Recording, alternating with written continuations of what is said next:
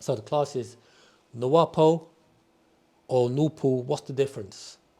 You know how we like to start these classes? What is the difference between Nuapo and Noopooh? It's my first day, so. So, oh, brother's first day here. Guess what? It's my first day here as well today. You know what I mean? I've worked so many days. You know what I mean? We hope, because tomorrow's not promised to nobody.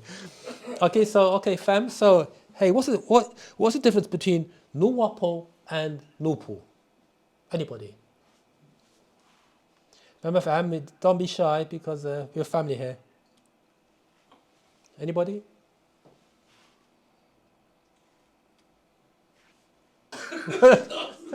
Oh, brother, you got a participant. You know, a candidate. It's my first day. So you're gonna give it a shot. Go ahead, Zamal. Give it a shot. My first day here. Okay. Is it Rahubat? You people say? Rahubat. Rahubat. Okay. What does that mean? Okay. The word Rahubat means greetings, but a bit more than greetings, because you hear the word hu in the word Rahubat. That hu is one of the creative forces of will, and if you write it in the script, you'll see divine love is in there. So really, in essence, we are actually, when we say Rahubat, we are saying, by way of the creative forces of will, hu, hua, hu, he, we send greetings to you all with unconditional love, ashok. But you will see that in the script. You see, it's a lot of secrets, very interesting, or doors within the script. Okay, so go ahead, Samuel. What's the difference between wu-sabat and Nuwaupu? Nuapo or Noopooh? Or Noopooh, what's the difference? Noopooh is Asa Noopooh, Naba Noopooh, and I know there's three. Asa Noopooh, Naba Noopooh, Wu Noopooh. And Nuwaupu, you said, yeah? Yeah. Nuwaupu is a science of sound right reasoning, as far as I'm concerned. In the old Nuwaupu book, Doc explained that he'll give the actual breakdown later on. Right. He actually go into it in that book. Yeah. So in that book, what's called What is Nuwaupu? That book. He said basically in that book, he said he won't go into it as far as what it consists of, because basically people ask him what Nuapu is, or Noopooh, or Nuwaupu, yeah, deals with sound right reasoning. But he didn't actually specify, he specified what it was in that book, but it kind of built up when we got the book where Naba Noopooh, Asa Noopooh, and wu Noopooh on that level. So on that script, it's totally different. So you could have a build on that probably, but yeah. Okay.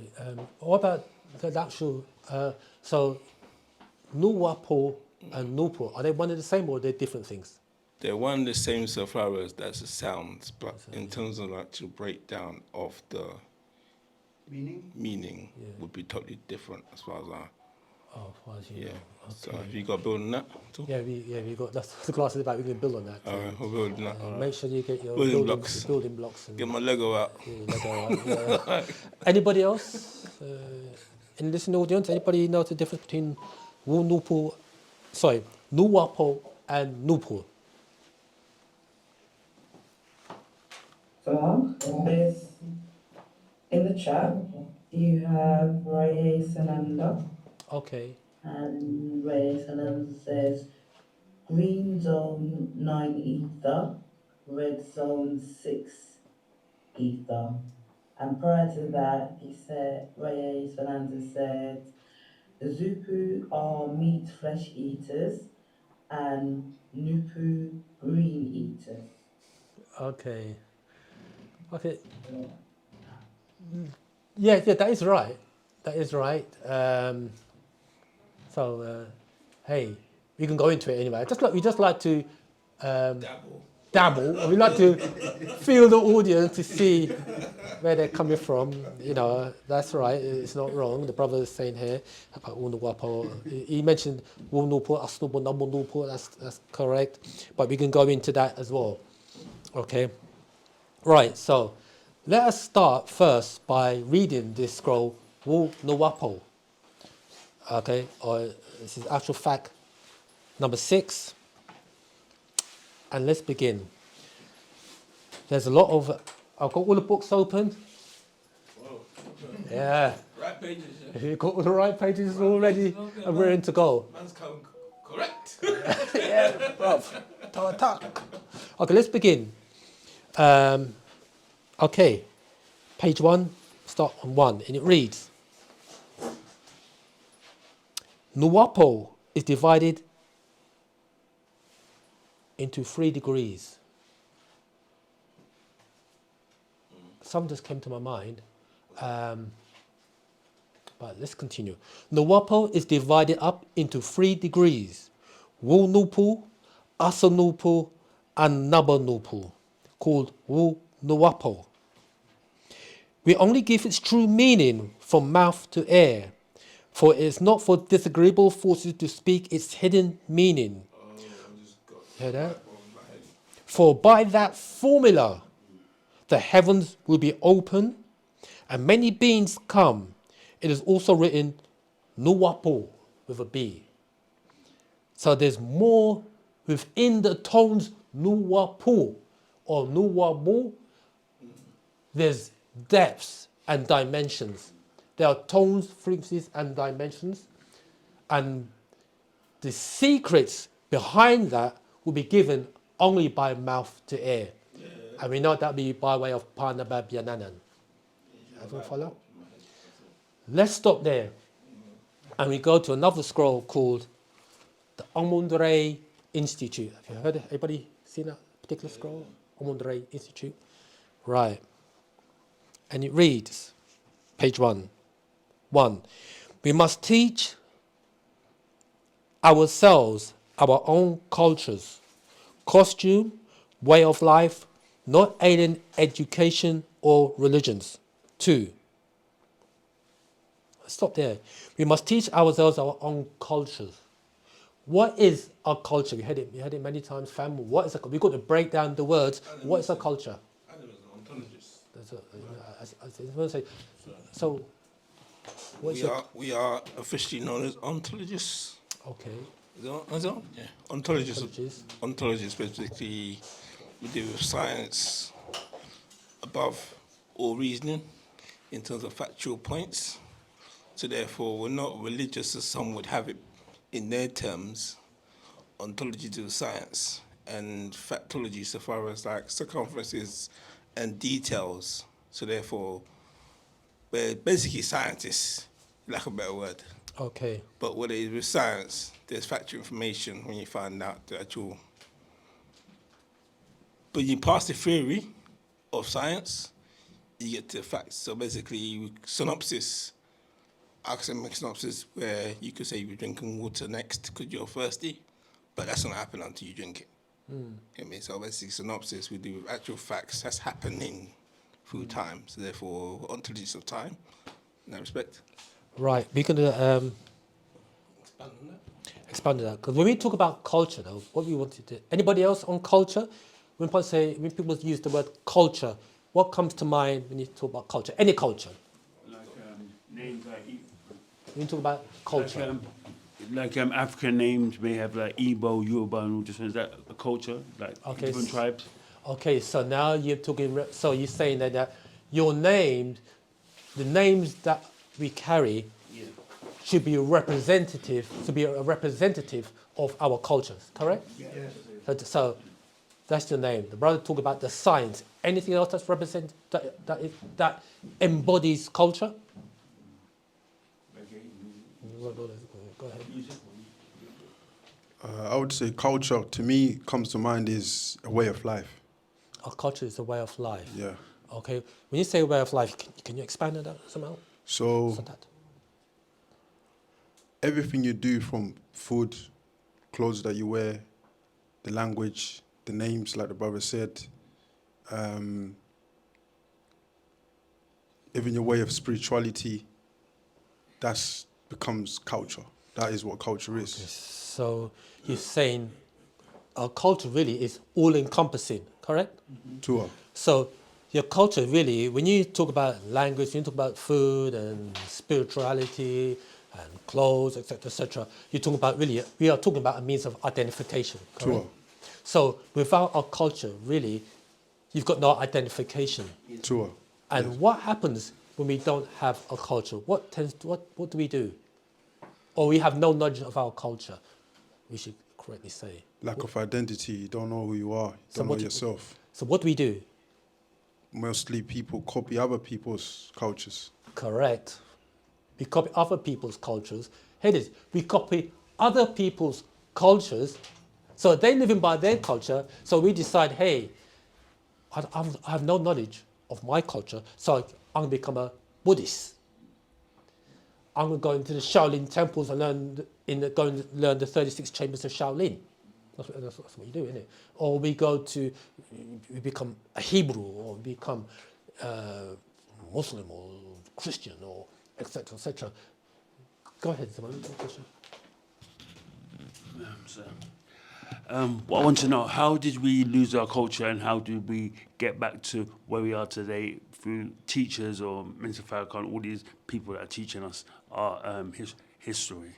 Okay, how do we lose our culture? It is something that was done intravenously. It wasn't like, bam, It happened over a period of 6,000 years, but the most influential was from the year 1600 onwards, from the so-called transatlantic slave trade. But before that, remember, we also had the Arab slave trade as well. They came and infiltrated the east coast of Africa, bringing Arabism and indoctrinated us that way. And from the west coast, we had the European transatlantic slave trade to come and influence us with their intent. So over a period of time, we lost knowledge of self and kind. We lost knowledge of love, or we lost love of self and kind. So it happened over a period of time. It was something that was gradual, you see. We lost our culture. However, we are now in a day, time, and cycle where one has incarnated to restore that which was lost. We now have what we call a reformer, mujadud, a reformer. We also have what we call it muhtay, the guide, in Parnababiananan. And if you do some research on Parnababiananan, it's a being that incarnates from time to time to time to time, and also incarnates. It's actually mentioned in your scriptures. We know him. In the scriptures, he's known as Melchizedek. Zadok. So if you go to, for example, Genesis chapter 14, verse 18, it says, and haven't got Genesis chapter 14, got the Bible on them? Or if you go to Genesis chapter 14, verse 18, but the brother asked the question, then so let's go into it. This Melchizedek, if you turn to Genesis chapter 14, verse 18, if you got, is that King James Version, please, Samuel?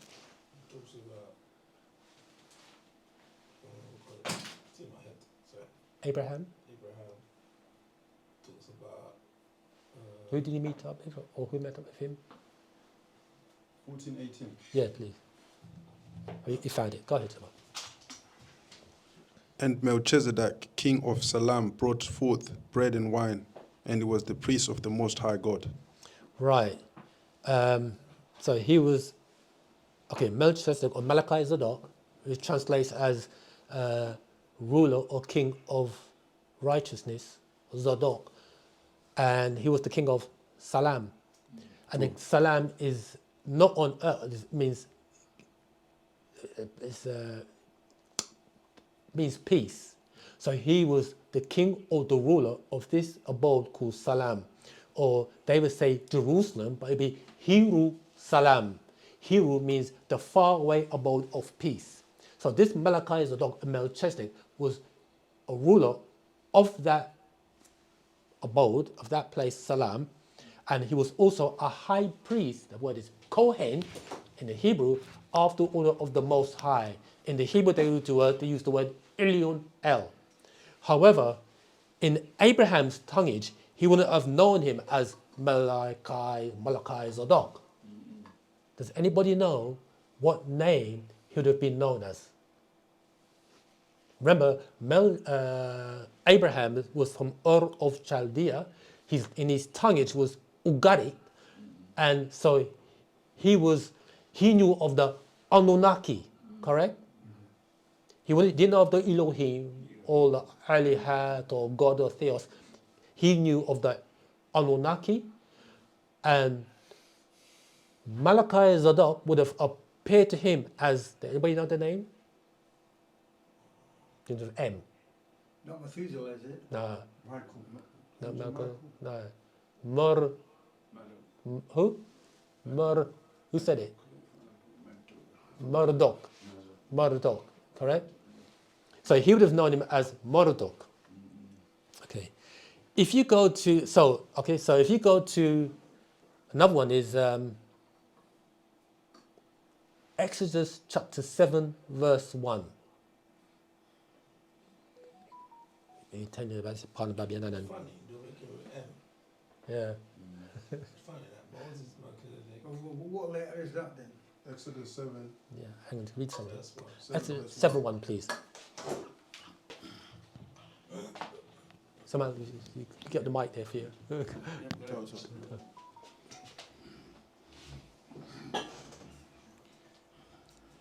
And the Lord said unto Moses, See, I have made thee a god to Pharaoh, and Aaron thy brother shall be thy prophet. Okay, stop there. The word there for Lord is Yahweh. It would be Yahweh, O living one, said unto Moses, See, I have made thee Elohim unto Pharaoh, and Aaron thy brother shall be the Prophet. prophet. The word is Nabi, okay, the spokesperson. This Yahweh or this Lord would have to have been of a higher order than God in order to make Moses a God. So Moses had to have gone through an initiation, and the one doing the initiation was this Yahweh or Yahweh, yeah, or Yahuwah. Does anybody know who that Yahweh or Yahweh was or is? Anybody know? Moses is in Egypt. And Moses received the tablets, didn't he? Torah. Who was the one that gave him the tablets? Remember that Moses, he was it murder? Remember, he's in Egypt. Who is the scribe? The Hutwi. Okay. Or Tahuti. Tahuti, is it the same one that gave him the staff? The staff. Yeah. In the Quran, chapter 18, verse 59, you see the word El Khidr, the green one. So this green one was none other than Malachi Zadok, or El Khidr Malachi Zadok, or the Hutwi, incarnation. So this Yahweh would have been Tahuti or Malachi Zadok, who initiated Moses into the order of Zadok, or to become an Elohim or a deity to come to. Tie into Hebrews 5:7. Right, go to Hebrews 5. No, start with Hebrews 5:6. 5:6. Start with 5:6 because Hebrews 5:7 is, you can see something there. Go ahead. I know, yeah. Hebrews 5:6-7.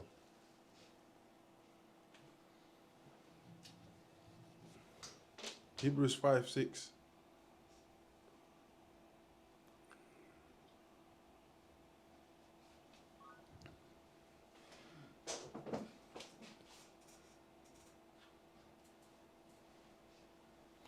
You said Hebrews 5, verse 6, yeah? Yeah. As they saith also in other place, thou art a priest forever after the order of Melchizedek. Right. That's talking about Jesus, isn't it? Because he was a priest after the order of Malachi Zadok and Melchizedek. Continue reading. Who is in the days of his flesh, when he had offered up prayers and supplications with strong crying and tears unto him, that he was able to save him from death, and he was heard in that he feared. who was Jesus calling upon to save him from being crucified? People say God, but what's the name? Well, it ain't that. Yeah. Read it again on Read that again, Emma. Or 7? Yeah. Who is in the days Now of... stop. Go back to 6 again. If people might, I know if you listen carefully what he said, what's been said. Go ahead. As he saith also in other places, thou art a priest forever after the order of Melchizedek. Hear that? Keep that name in your head. That's a cue. Go who, ahead. who in the days of his flesh, when he had offered up prayers and supplications with strong crying and tears unto him, that he was able to save him from death. Stop. Who's the him? So when Jesus said, Eli, Eli, lama sabachthani, my God, why have thou forsaken me? Who was he calling upon? God the Father. Who was he calling upon? God the Father, that's what we Was were it? told. You just read it. I was sleeping then. Read. You were listening. I was sleeping. Read it. Read 6 again. Six, yeah. As he saith also in other places, thou art a priest forever after the order of Melchizedek. Or Malachi Zadok. Go ahead. Who is in the days of his flesh, when he had offered up prayers and supplications with strong crying and tears unto him, that he was able to save him from death. And he was heard in that he feared. So the him that Jesus was crying towards, Eli, Eli, lama sabachthani, was who? Melchizedek. Malachi Zadok.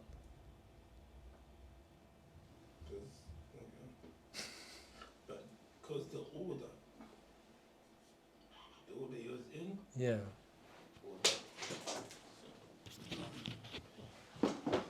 so the order he was in, it was after the order of Melchizedek. Yeah. So, just hit me. Yeah. Because the East. Yeah. I get it. Yeah. I don't want to say too much. You get it. Yeah, I get it now. Yeah. I get it now. You get it, yeah. East, west, south. Adalis. Oh, go ahead. She's got. Zama, did you want to answer your question? Go ahead. Adalis Rodriguez. Yeah, Rahobat. Rahobat. So I apologize. I'm sorry. I'm just a little confused because, coming from like Christianity, and even though I shouldn't think that way, it's a little confusing to me how it's not. So, okay, I'm sorry. I just need to just clarify this question. So, Go ahead. when he was talking to my father, so it's not really God per se. He was talking to the master Hanabaganu. Is that correct? If you want to put it like that, yeah, you can put it like that as well. Okay. Yeah.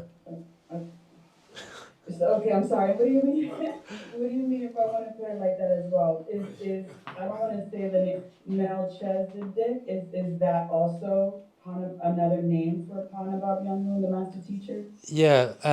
We have to remember, yeah, what it's got I'm to do. new, so that's why it's a little confusing to me. Sorry. No problem, Mr. Maltat. Yeah, so when we say Melchizedek, we should say Malachi Zadok. And the word Malachi is Malik, which is angel or ruler. And when you say Malachi, at the end in the Hebrew, that I is actually a yod, which denotes possession. So when you say Malachi, you would be saying my angel. And when you say Zadok, you follow? So when you say Malachi, my angel of Zadok, righteousness or justice. So Zadok is an order. It's a priestly order. And this Malachi Zadok was, and all the prophets and all the angelic beings, or really we should say extraterrestrials, are in that order of Zadokeans. Melchizedek is not a human, it's a title, it's a seat. And wherever this being goes, wherever star system, or wherever planet this being goes, this being would incarnate according to the life form whom he's been sent to. Okay, so the Master Teacher puts it that when on planet Earth, Melchizedek would incarnate as a human. And when he goes to, say, on the risk, he would incarnate as an Etherean. Okay? So he would be, being that Melchizedek is after the order of the Most High, in ancient Tamaray, the Most High, who do we refer to that as? Amun. The Most High. Amun is also a part of that order. It would be Amun. Ray. So the order will be Ray. Ray. Ray. And Melchizedek, Is it Ray Ha-Ketui or Ray? Just Ray. just Ray is the order. Okay. He'd be after order of Ray. In the Hebrew, the word is Ilyun, Ilyun El. Okay, built after order of Ray. But in Tamaray, Melchizedek would be known as Atum Ray. You get that? Yeah. Be going with this. Huh? Be going with this. Right. So really, there are 4 rays. We're gonna. Okay. So you want to say something, Zamal? Yeah. Is it fair to? Not even is it fair to say. So when Jesus was calling out that prayer, Yeshua himself, he knew he was talking to Melchizedek. He was Yeah. calling out to Melchizedek. That's right. He was Okay. after the order. Yeah. So it's just the way that it's constructed in the Bible for us not to know that or understand that. Can't say that's a big. I want to say to you in private, but Private. yeah, because that. Yeah, I'm just saying. Q&A, Say it. bro. Share the, Cool. share the love. I share the love. I share the love. Share the love. All right. So, seen as in order, obviously Jesus was a Freemason. Yeah. In terms of that order, a Seer. So therefore, according to Freemasonry, the East, where the God will sit. Yeah. So therefore, when he called Eli, you're talking about the actual God, that the seed, like you said, it's the seat. Right. So therefore, he's praying to the one who's seated there. Yeah. That's all. That's all I'm going to say. That's it, yeah. Yeah. And we know that at the east is Atum Reye. Yeah. But we can go into that right now. Sorry, there's a Malta sister who asked the question. Do you get that now? Yeah, I do. I have another question. Go I'm ahead. sorry. Go ahead. Okay, so I know it's Raye, Raye, and Ray. So would that be different depending, I know it's the order, but would it be the different names depending on the different times? Right, yeah. A lot of it's got to do with the tones, frequencies, and vibrations.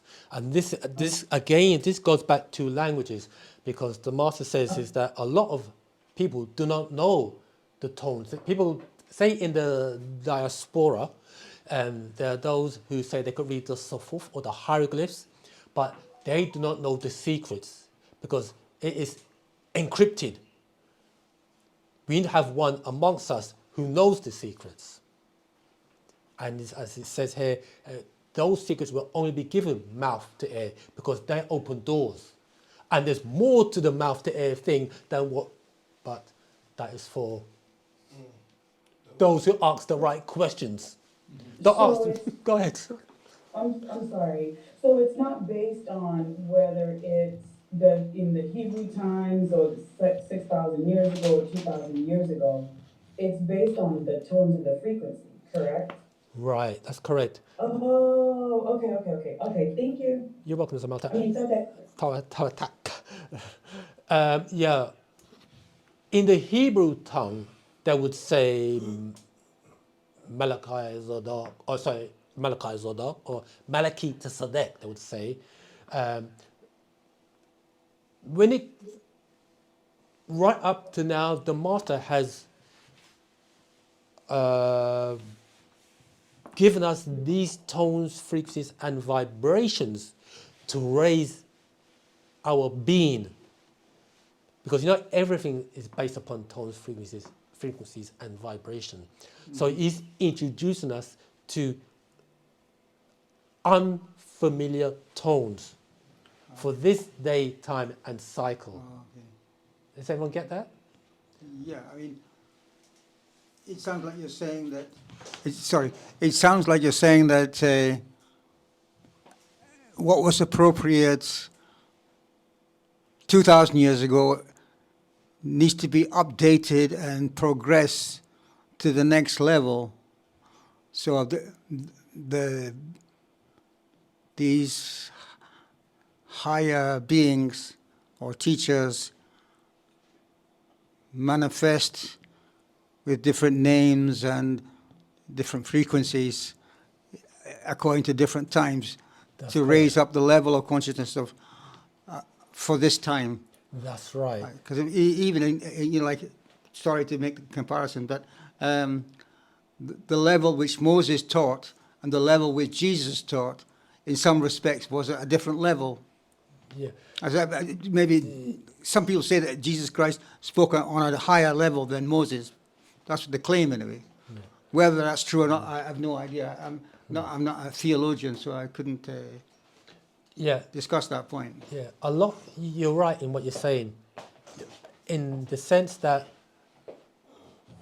the vibratory frequencies at the time of Abraham, Moses, and Jesus was different, or is different than what it is in this day, time, and cycle, but there's only change. Now, during that period of time, from, let's say, from Adam, the biblical times of Adam, up until the year 2000, we was 1970. We was in the, well, actually 2000.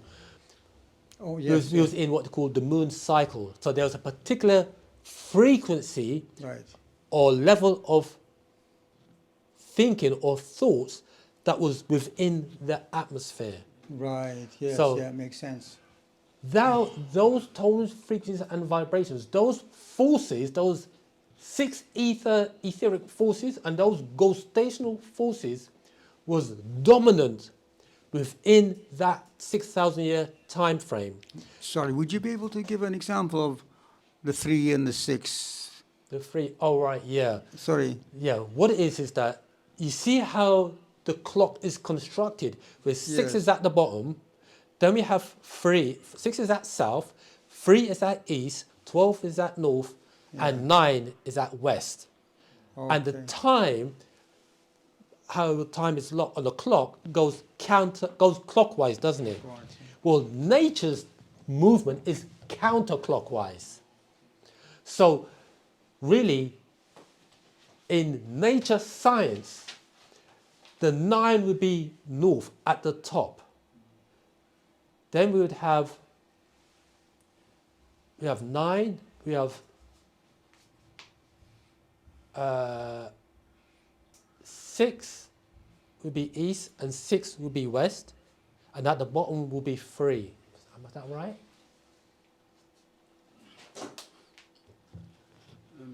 You see that you're saying about the 9 and the 6 and Yeah. the 3. You see 3, 6, 9. Yeah. What does 3, 6, 9 represent from? Like 1, 2, 5, 7. Yeah, because how I got it years ago, I thought like 3, 6, 9 were evil numbers. Like 9's 6, you can converse it, or the 6 or the 3. I could never understand that. In the time when you got 1, 2, 4, 5, Yeah. and 7. I don't understand, because I always wanted to know, are certain numbers good or certain numbers bad, or how do the numbers work? Yeah, when it comes to numbers, you talk about the science of numerology. And so numbers are not good or bad. It's just numbers. Okay. But each number has a specific meaning. Okay, so when it comes to numerology, that's another science that I haven't really delved into that. I do have books on it, but I haven't really delved into that. But what is said is that your birth date, say you was born in the year 2002, January the 1st, or let's say when you look like the day you was born, you have to take in consideration the year, the month, the number of months, which is say it's on June, the 6 months, and the day, say it was the 19th. So you've got to take all those numbers into consideration when you're talking about the science of numbers and numerology. Yeah, sorry, one more thing I want to ask you. I don't mean to get off the subject. You see, like from January to December, how we have 12 months. Should there be really 13 months? Because if you break 28 in February and put 28 in all the months, you get 30 months with all 28 numbers. Yeah, when it comes, I'm not too sure about the 13th month, but what it is that the Gregorian calendar is messed up anyway. Yeah. Because some days in February is 28 days, and other days when you have a leap year, so 29 days. Some days are 30 days, some days are 31 days. You know, so the whole thing is messed up, and it's done deliberately to throw us off this thing called time, Okay, so real what time. will be our calendar like? Do we have a calendar? Yeah, we have a Sabian calendar. We do have our own calendar, but that's according to natural time. Yeah. But there are many time frames going on because we have what we call fate time, which is the time we live in. We also have what we call a zero time reference. A zero time reference is when the point of when the sperm hits the ovum, that's a 0 point reference. You also got your own birthday when you was born. So there's a lot of different time frames going on at the same time. So you have real time, fake time, you have the 0 time, blah, blah, blah. But in terms of the fake time, first of all, when we talk about time, we have to take in consideration that time itself is an illusion and it's not linear. Okay? So when we say it's not linear, we talk about past, present, and future. Yeah. But the past is still happening, and the future has already happened. You see, so that is also a trick. Okay, when it comes to time. So even time is a trick. It's like yes, sorry. It's like basically, I used to be under the 12 tribes of Israel years and years ago, but not intentionally. I basically I puzzled and. Yeah, under the 12 tribes of Israel. What are the original 12 tribes? Is it under Jesus, under Moses, the 12 tribes of Egypt? Because when I done my research, I found that the 12 tribes originally came out of Egypt. Can you explain that? Yeah, when you talk about the 12 tribes of Israel, you're talking about basically, when you say come out of Egypt, you're 100% right, comes out of Egypt. Really, the Dindira star map, that's the source of it. We call the Ione or Pata Nazda Reye, we call it. They say Tantiri, but we say Pata Nazda Reye is the proper terminology, or the Ione, or Tantiri, some people say, or the Temple of Dindira, or that star map. And from that star map is where they got the zodiac, or you follow. But the 12 tribes of Israel really is talk about the 12 houses of the astrology or the astrological charts. That's their history, you see. So each, people say, I'm of the tribe of Levi, I'm of the tribe of this, it's talking about a particular, it's like the zodiac. And each tribe or each house is representative of a person, a different type of personality. The Master Teacher broke it down in a scroll called, actually he wrote a book called El's Holy Injil. Huh? No, it's upstairs. No, it's you know the book of Revelation. Yeah, right. The Master Teacher has rewritten it, and give the correct inserts into that book, and in there he gives a thorough breakdown of the 12 tribes of Israel. That book I can purchase today. No, I haven't got it upstairs. I haven't got it. Okay, so let's go. There's a question on Zoom. I'm not sure if you've checked Clubhouse, but sorry, Kobe. Before we go too far off, Kobe said, when contacting Moses, did Jehuti incarnate through Akhenaten? No, that's another trick as well. No, that would the whole people just say incarnated. These are incarnated too. When you say Moses, it would be Zohutimus. Zohutimus, we would say. Zohutimus, we would say in our tonguage. Zohutimus meaning a child of Zohuti. So he would have incarnated.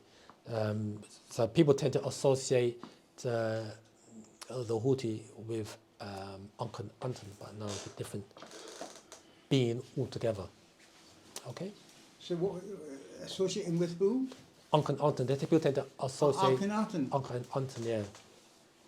Yeah, tend to associate. Oh, okay. I didn't know that. Okay. Any more questions, Samantha? Two other more. Go ahead. I think it's Bree. Yeah, Bree. Remember that, Monsieur Zamal. Did you mean all extraterrestrials are under the order of Melchizedek? this included, okay, does this include disagreeable ones? No, not all extraterrestrials are under that order. No, not all extraterrestrials. Not even the disagreeable ones. You know, they got their own order. Since you're on that, asked a particular question, what comes to mind if you go to the book of Revelation, chapter 12, verse 7? Can you read that somehow? Revelation 12:7. It says something very interesting there. Revelation 12:7, please. Do you want to get off track because we, back to the class subject matter because we've got a lot to unpack here today. Go ahead, Simon.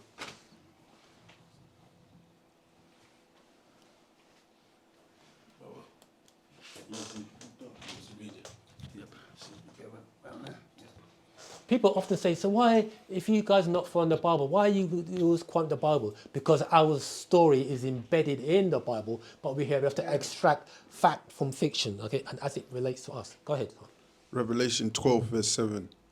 And there was war in heaven. Michael and his angels fought against the dragon, and the dragon fought and his angels. Right, so Michael and his angels. These angels will be the seraphim, okay? They're group of ones. After the order of Michael, one who dares to be like hell, okay? And it goes on to continue reading some out. Start again, please. And there was a war in heaven. Stop there. So there was a battle was going on. Continue. Michael and his angels fought. Stop. Michael and his angels. Michael and his army. If you went to Genesis chapter 2, verse 1, you see that there's the word they use is heavenly host. That word host is Saba or Tosaba. So what is very close to Sabians, isn't it?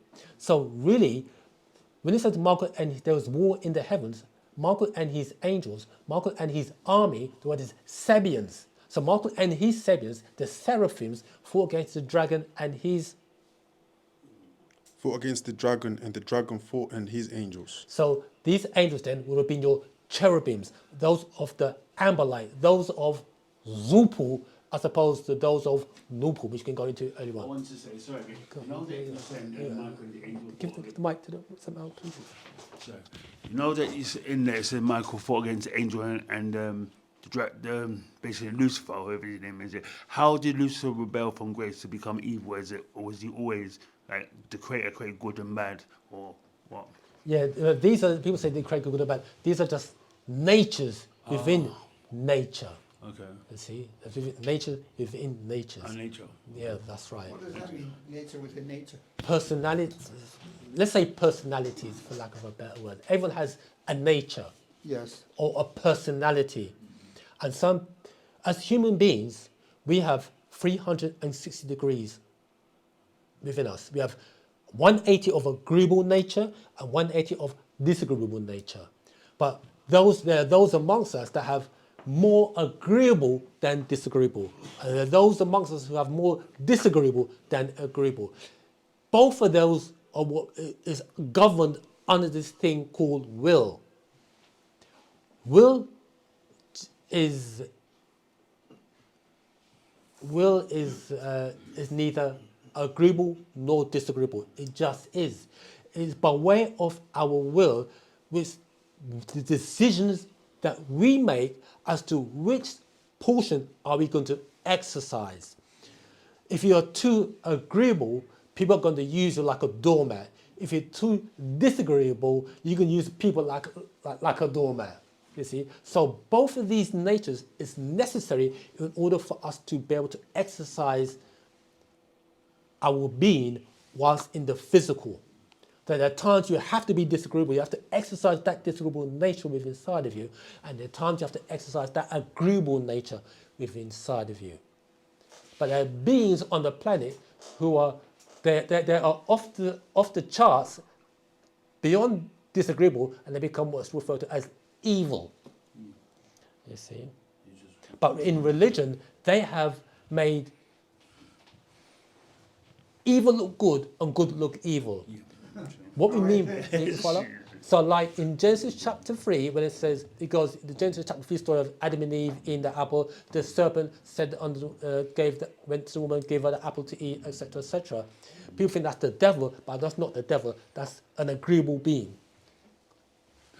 If you're too agreeable and you can't get the balance of like being balanced, good and bad. How do you get the balance? Like if you're too agreeable, like you're too positive, but the positive effect is affecting like your family or friends because they're always trying to put like a field up to protect you for being so good.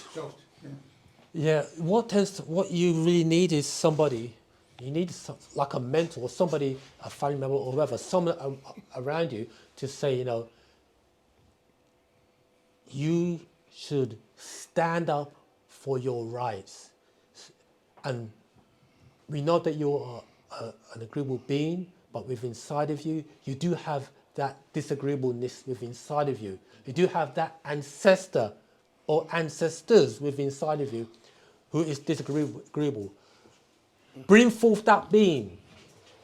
Bring forth that nature, that disagreeable nature, in order to get a job done, in order to correct or to make right the wrongs. So it's necessary. Yeah, one more question. Does that make sense? Yeah, I'm basically definitely I like it.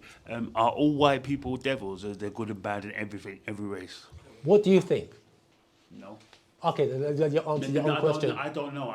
You just gave an answer. No, because Oh. the reason I said that, I know that all is the mark. There's not all of them, but there's good and is there good and bad in everything? That's what I mean. In white, black, Indian, Chinese, or is it just Okay then. one set of people? That's What do you think? yeah, I'll say the devils. You know why? Because they are most of the world today. So there's not good and bad in all races. What? Yeah, it's good and bad. Yeah, but you got good. You must have good white people as well. Because basically, my mum mixed race and my granddad and grandma had 12 kids. My mum married and my uncle married and the other 10. But they know a lot of knowledge that they taught me over the years, and they didn't have to. But you know, the same. So can Caucasian people come into this information as well? Can they still get saved? Like people that believe in Dr. Hook. So. Yeah, everybody can come. This universal. This knowledge is universal for everybody. Yeah, brilliant. Okay.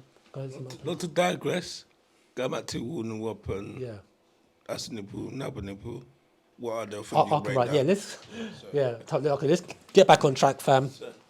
Yes, Okay. I had a question. Oh, go ahead. Rob's got another question. Go ahead. I would make a distinct when we say are white people good or bad. Maybe the question is a bit too simple, because individually, even Muhammad Ali himself said it.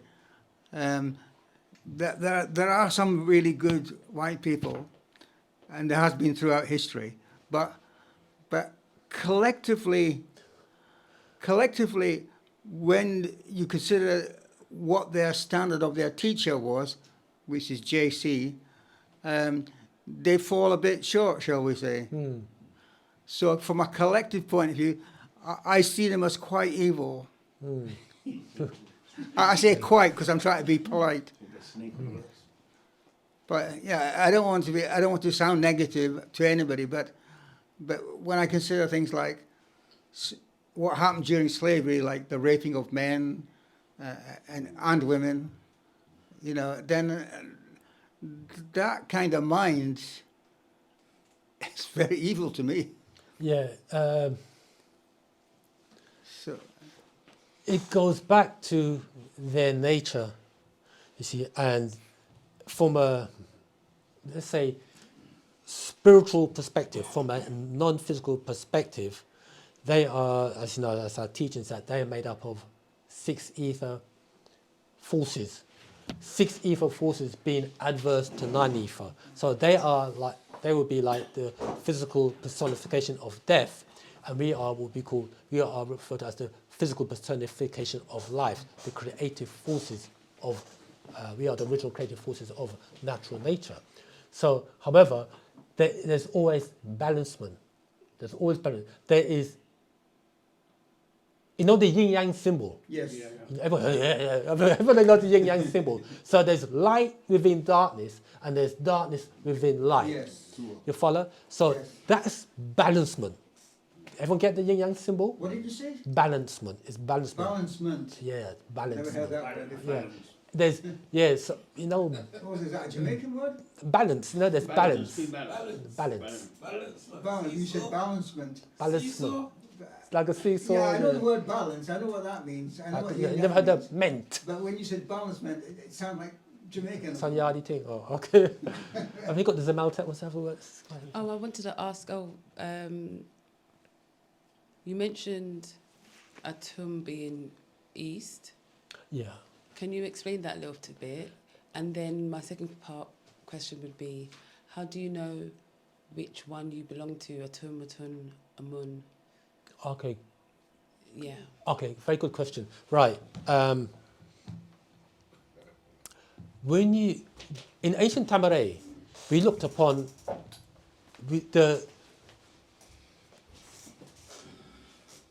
the suns that shines in the sky. We anthropomorphize the suns. That's it. Mm-hmm. Get that? Yes. Attribute human qualities to the suns because they are life givers, light and life givers. So when we say that Atumbre is representative of the east, we mean the motion of the sun as it traverses the skies. We know that the sun doesn't move because the planet is doing the moving. So when the sun appears to rise at dawn, we refer to that as Atumbre, the first point of life and light, the undifferentiated one. When the sun was at its zenith point, we call it noon, the unique one. When the sun appears to set, we call that Amunreye, the sun at dusk. However, there's one sun that people don't really talk about. Between the sun appearing to set and the sun appearing to rise, there's another sun, which is called... You don't know? I know about that. Say it, brother. You say it. Anun Reye. Anun Reye. So the Anun Reye will be the black sun. Okay. Now, each of these suns have feminine and masculine principles. Atumbre will be a masculine principle. Atunre will be a feminine principle. Amunre will be a masculine principle, and Anunre will be a feminine principle. So we have, for balancement, we have feminine principles and we have masculine principles. Just like the right hemisphere of the brain, or this way, the right hemisphere of the brain is feminine in principle, and the left hemisphere of the brain is masculine in principle. Just like we have the centripetal and the centrifugal forces. Oh yeah, it's got it here. Okay, yeah. So just like how we have the centripetal force, which is a masculine, and we have the centrifugal force, which is a feminine principle. The centripetal forces are forces that's coming in, as in blood entering the heart, and the centrifugal forces are the forces that is going out, or the pushing force, as in the blood leaving the heart. So these are principles. So in ancient Tamaray, we acknowledge these principles. So I hope that helps, Maltat. Yeah. When we talk about the black sun or the hidden sun, here you see the image there. You've got the sun at the bottom there. This will be Anunre, and the sun at the top will be representative of Atunre. Okay, it's a good illustration there. Okay, so okay, now let's continue reading back to the class. Excuse me, can I ask one more final question? I have to go somewhere. Oh, go ahead. Very important to me. Go ahead. Thank you. What do different colours have meaning? And if they do certain colours have power behind colours? Yeah, when you talk about colours, you're talking about a slower form of light. Yeah. Okay. And each colour has a tone, a frequency, and a vibration. Or they have a note. So tones, the colours do have an effect on the human being. Even the clothes that you're wearing, because again... Okay, so what would be the ideal colour that we should be wearing? Well, the ideal colour really is representative of you. What colour are you attracted to? White. You see, so you wear white, you see.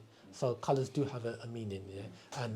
But we talk about the natural colours that they have a meaning. And when you talk Spiritual colours, spiritual colours. spiritual colour, spiritual colours, colours of colour. That's much new one to me. No, but hear this now. When you go into colours, the colour that you see is not the colour that it really is. It's the colour that it's not, because it's been refracted, it's been bent and reflected. So there's refraction and there's reflection, you see. So the colours that is absorbed, you cannot see that. It's only, we're only seeing the colour that's been reflected out. You see. One more question about the what will be the Nubian colours, you know, for us as a non-believer, not believer, factual information, what Dr. York knows, the master teacher will give us. You know, certain colours, did you have certain colours in meaning, like red, gold, and green, like Ethiopia? Do we have our own flag in? Yeah, we have our own flag, and you see the colours of red. Is it red, green, and black? Is it? Red. What was it? It's green, yellow, and black. No, green, yellow, and Yep, green, yellow, it's and green, yellow, and red. okay, green, yellow. It's and green, red. yellow, and red because basically this is going back in the day, where he said basically he won't be bleeding again. Yeah. So the new flag is green, yellow, and red, with Okay. the symbol in the middle. Yeah. Green, yellow, and red. Yeah, the green is symbolic of, Land. the red is symbolic of, and yellow is symbolic of. The sun, I suppose. This is someone said it. Gold. Gold. Gold. What do you mean gold? Our blood. Great. Which is us. Yeah, the gold that was in the blood, isn't it? Or the mosque that. Okay. So black. Thank you. See me here next week, I'll be able to say more, yeah? Thank you. Tau Tak Zaman. Good evening, yeah? Good evening, Zaman. Tau Tak. Good. Okay. I have a quick question here on the clubhouse. Says, what is the relationship between Enki, Zohuti, and Amun-Re? Well, there are. They are the relationship. Well, in terms of Enki, because Enki was an Anunnaki, and as he was, he's an Anunnaki, had been of the agreeable, they are referred to as the Dinjir, righteous ones of the rocket ship. You have two groups of Anunnaki. You have the agreeable, the Shumgal, and you have the Dinir, the righteous ones. And it's the Dinir that were allowed in Risk, or Ilion, the great galaxy Ilion. The Shumgal, the disagreeables, Enlil and his boys, they weren't allowed in. Just like the Superman story. The Superman story of With Superman 2. Superman. Okay, Superman films. Okay. Okay, so that is the relationship. Enki and Zohuti and Amun-Re. Enki was of Nibiru, Zohuti was from Risk, and Amun-Re. And that's as far as I can take it, yeah. Okay, so let's quickly go back. Oh, sorry, is it my time? You want to finish? You go first, and then we've got some questions on them. Let's quickly ask the questions. Get the So I questions. think Zanotat Elijah wanted to ask a question. Zanotat, did you want to go ahead, Elijah? I've got coffee.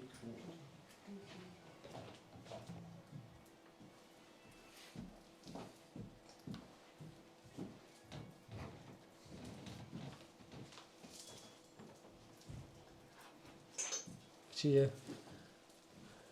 Let's wait for a little while. So the, Let's okay, was she Can I read it? yes, please, I'll read read it. it. Yeah, Go I'll ahead. read it. So here are my contributions. Since okay, I think the Zanotat is saying that she's got an issue with her microphone. It says Caucasians have no light inside or ensued as they reflect light, rendering them full of darkness. A people who lack melanin pigmentation cannot bear light as the inner light is been reflected. Okay, so what's the question? Yeah, there's not much. Oh, I can't determine the question from that, Jamal. Can you? no. Well, the master does say that in terms of the Caucasian, they have what's referred to as a lunar plex, and we have what you refer to as a solar plex. So meaning that they have, when the master says a lunar plex, meaning that their light is turned down. Let's say they're on gas mark 6, whereas we are on gas mark 9. You see, so they, like the sister wrote, that it's a reflection. Oh, it's like the sun and the moon. Like the sun and the moon, yeah. The moon reflects the sun's light, Right. as opposed to the earth absorbs the sun's light. Okay. Okay. Okay, it's like a buffer. Okay, and that creates a differentiation between the natures or the personalities of the race. So is that maybe the reason why I've always got the impression that European people, shall we say, seem to stress, what was I going to say? Is it they like to stress logic as opposed to intuition, and the physical as opposed to the spiritual? It would seem to me anyway that they seem to see things in three-dimensional terms. Is that because they're six ether or something? Or Okay, when you talk about logic, you're actually talking about reasoning. You know, logic is reasoning, or logic is another way of saying reasoning, which is a form of mental processing. For example, when you go back to Star Trek, yes, you know Spock was the one who always talked about logic, very logical, yeah. and Kirk was the one who always talked about emotion. Human emotion. The emotion, you see. So logic is another way of saying reasoning, which is a form of mental processing. Yeah, but they only seem to see it in a three-dimensional way. They can't seem to see, like, for example, some people will say, well, you said this, but they don't try to read between the lines or hear the tone of voice or... I wouldn't really say that, because let's take, for example, the movies that they make. And they make movies in layers. So the average pedestrian would probably look at a movie and... Or maybe I'm talking about the average person. Yeah, you know, on face value, you know, but the people who construct the movies make it in dimensions deliberately. I mean, and even in the Bible, you read the Bible, that's done deliberately. But I remember talking about this today and to someone, and I said to him that, for example, when you watch a movie or when they write a book, they either,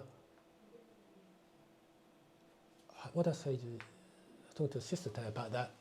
When they make a movie, it's either they see the things with their own two eyes, let's say that's a sci-fi movie or whatever, they see the beings with their own two eyes, or they are telepathically influenced. When they make a movie, let's take a good example, like Sinners. Yes. You watch Sinners and you go on YouTube, they say, you missed this, you missed that. In the movie, it means, how the heck did your man, Ryan Coogler, think of that unless he delved into certain things? Right, mystical things. No, man. Yeah, well, you put Vampires and... you know, how do they know about that? How are they able to make movies that has got depth? Right. You know what I mean? Unless they've been either been telepathically influenced or they do stuff behind closed doors. Rituals and things. You know what I mean? Yeah. So that's a bit, some people are saying that he's got in with some kind of people in Hollywood who do a whole lot of ritualistic behaviours between men and women and whatever. Yeah. Let's quickly go back to change off the topic. Let's quickly go back to this class. What's it called? Nuapo or Noopooh, what's the difference? Everyone's going like we took a different path. Let's continue. How would you spell the those two words you said, Nuwaupu and... Oh, Nuapo is Nuwaupu,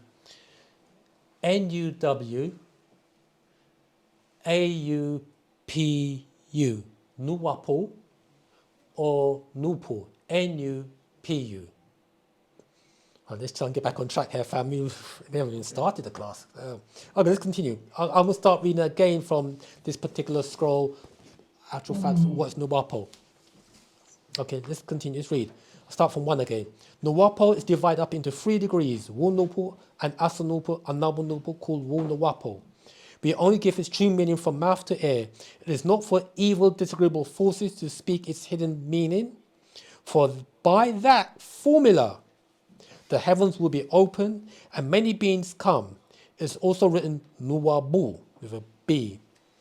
Now, it talks about the 3 degrees, wu-nupu and asa-nupu and nabu-nupu. And I'm going to read an excerpt from this particular scroll called the Amore Institute. Can you see that? Right, let's read. 1.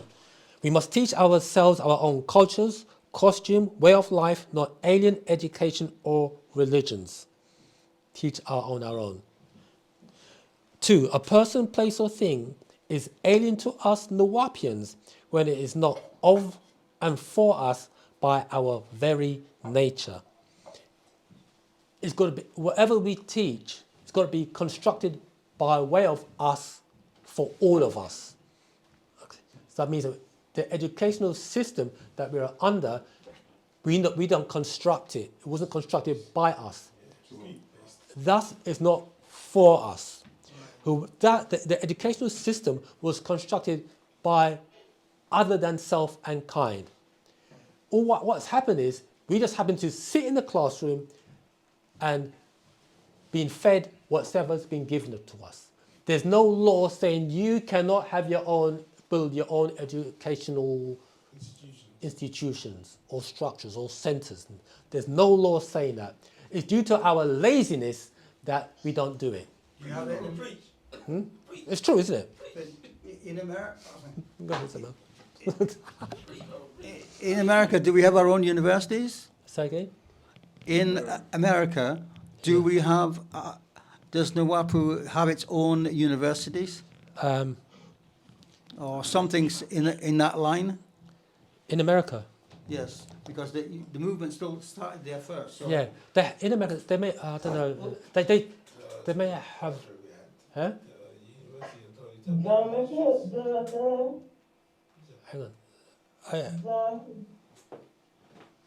on.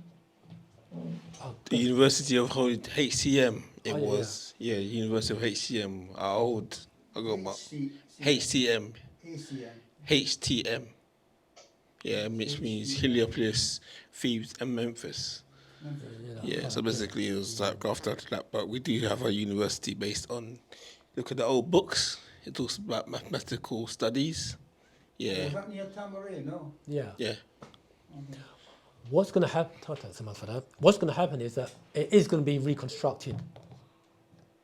It is going to be reconstructed. You know what I mean? It's going to be reconstructed. Let's say that. Okay. Okay. Let's continue reading. 3. We should not teach our own seeds, alien ways, alien gods, alien religions, alien languages, histories, before we teach and instill in them our 4 principles. 1. Wu-Nuwapo Anunrei. We talk about Anunrei. Wu-Nuwap 1. Wu-Nuwapo Anunrei. 2. Wu-Nupu Atumrei. 3. Asa-Nupu Atunrei. 4. Nabu-Nupu Amunrei, which is rooted in Ma'at, order, justice, and righteousness, our way of life. Now, so when he says here, Nuwaupu is divided into 3 degrees, wu-nupu, asa-nupu, and nabu-nupu, called wu-nuwaupu, which is the unification of these forces. We now, here is letting you know who it pertains to. Anunrei, Atumrei, Atunrei, and Amunrei. To take it even further, Master also mentions the 3 Riskians who this also pertains to, which is Razun, Zakun, Dhanun, and of course Yanun. Okay? Say that again. Razun, Dhanun and Dhakun.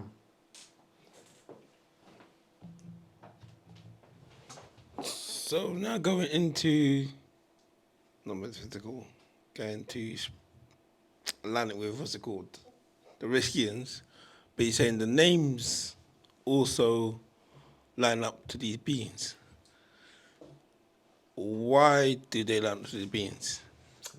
That's a good question, because these beings are the ones that accompanied the master on his journey here. Oh. This is the conversation. Okay. So it says in Planet Risk book, back of it, it says basically at the back of it, it says there were six more that came with him. Yeah. But 6 had to travel somewhere else.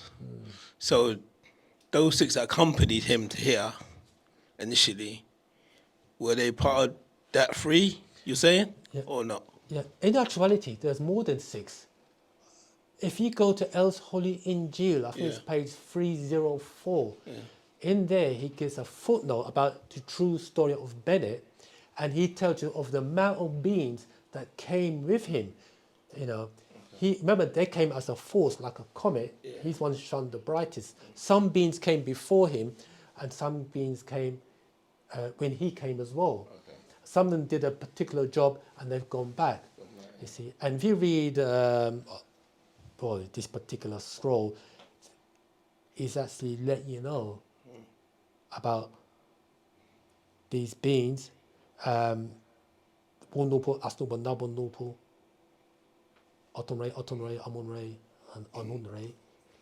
So them beings, as you know, what's it called? Non-physical realm. Yeah. Would they be enforcing not so much say spiritual, it's more like the physical, what's not physical? The nutritional realm, what it's called. Nutritional. What's it called? Plane of Physical, plane of force. Yeah. Plane of force in that motion in terms of like pushing the energy through the planet. Am I right in saying that? Or not? Yeah, through, correct me if I'm wrong, are you pertaining to the doctrine? Doctrine and the actual, the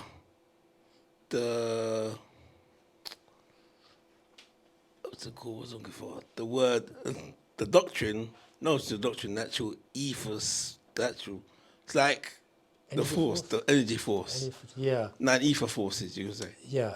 Or not.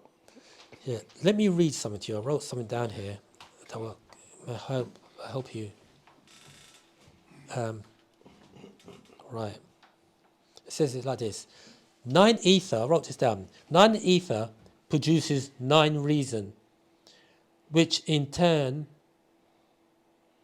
produces 9 knowledge, which is a prerequisite, an essential condition towards mental and physical liberation and salvation from the opposing forces. So is the forces of 9 ether produces 9 ether is all existing chemicals, gases, formulas, and elements of natural nature. That's 9 ether. 9 ether produces or gives birth to 9 reason.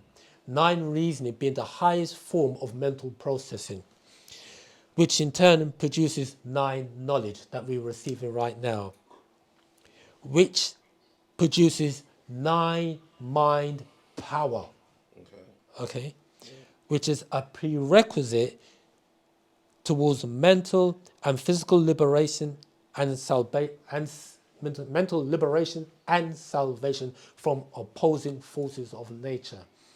When we say liberation, we're talking about being free from oppression, correct? Whatever they may be.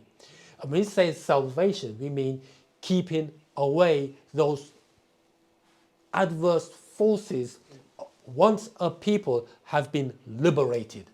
So liberation precedes salvation. So the knowledge is necessary towards those liberation and salvation. This might not sound too deep, Go ahead. but I was speaking to my sister the other day, yeah, We're looking at the fruit. Yeah. Yeah. Now, in terms of orange, yeah. Now, I said my sister, why they call this an orange when it's a colour? Yeah. It's not the fruit. You know what I'm trying to say? Just like when they said Earth, when my teacher said, what's the name of the planet? They said basically it's Earth. But Doc said, nah, it's not the planet name. So I'm saying basically, what is that name of that fruit then? Yeah. If the name implies the colour, then what's the name of the fruit? Because you don't see lemon as yellow. Yeah. Or banana as yellow. You call it lemon or banana. You know what I'm saying? So I'm saying, what is the name of the fruit? So, yeah. Do you know? Is that perceived that now mental thinking? Yeah. Do you know that's a good question to ask? And guess what? The answer is really simple. Whatever name we give it, that is what it is to us. Isn't it? Just like in the Bible, it talks about Adam naming things, and whatever name he gave it, that's what it was. Well, that particular exile was, in actuality, the Anunnaki or the Elohim testing Adam's speech. So, but going back to the question, whatever name we give it, that is what it is to us. So whatever the Hindus name they give it, that's what it is to them. Whether the New Europeans and the Aborigines, etc., whatever, that's what it is to them. But like you said, orange is not, that's the name they gave it. So say, hey, let's call that an orange. You know what I mean? Then plan the name of the fruit. Yeah. Let's call the name of the planet Earth. You know, even though it's a water planet, but other extraterrestrials got other names to it. They'll call it, what do you call it? What do you call it? Earth? They call, I don't know, Patanun is one of the names. Patanun. Why Patanun? Because it's after the deity Ptah and the beings that were in the waters, which is Nun. So I call it Patanun. Okay. But they call it, or other than they call it, was it Zorokaya? Someone heard that name, Zorokaya, which is the blue rock they call it. So the planet Earth has many names, but whatever beings called it to them, that's what it is to them or to us. See, and Tamare, we call Tamare, would be the land, isn't it? The land or the planet. We call it Tamare or Pata Meye Re in the languages. Pata meaning pertaining to the land, Meye, the waters, and Re, the sun. So when we call us Tamarians, we talk about those of the earth, those from the waters of Re, the sun. The master used another name for us as Afaf Re, Ka'u, Afaf, those of the spirit of Re. And he kind of says, that's what we call ourselves. He kind of recalibrated the word Africans. You know, the word Africans is from the Arabic Ifriqiya, and means divide and separate. So the master says, no, we can call ourselves Afaf Re Ka'u, those of the spirit of Re, the sun. See, so it's there to combat those adverse forces of natural nature. Okay? Go ahead, Sama. What is the original name for Africa? Africa. It had many names. Oh, there was one of the furthest names would be Ganua. Ganwa. Ganua, which means the garden. Tua. Ganua. You see. Talking about liberation, in America, they use the Bible to oppress people, to justify slavery, saying that you were, all of you were cursed as Ham's descendants. So how do we liberate ourselves from that through logic or nine ether logic, as you might say? Yeah. Let me, good question. Let's see, find something here.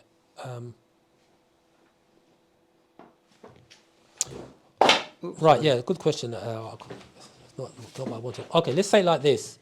Is that the master's here to set the record straight, you see. And what is a lot of it's got to do with the languages again. The languages of the Old Testament, Hebrew, languages of the New Testament, the Greek, and the last Testament, the Quran, the Arabic. You see, so you need to have the languages to help decipher fact from fiction.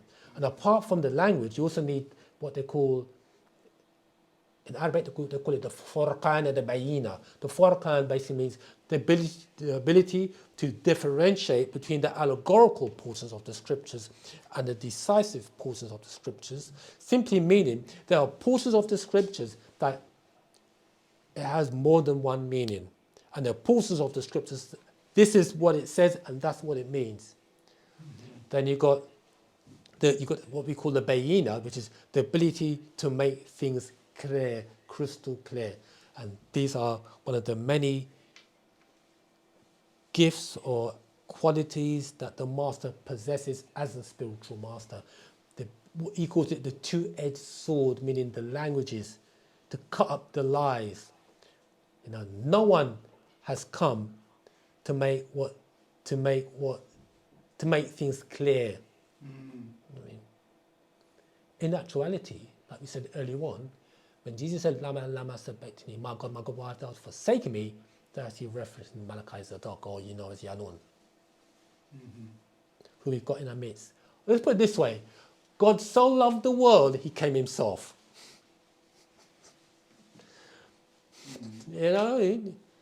So, there you go. Okay. I'm saying that.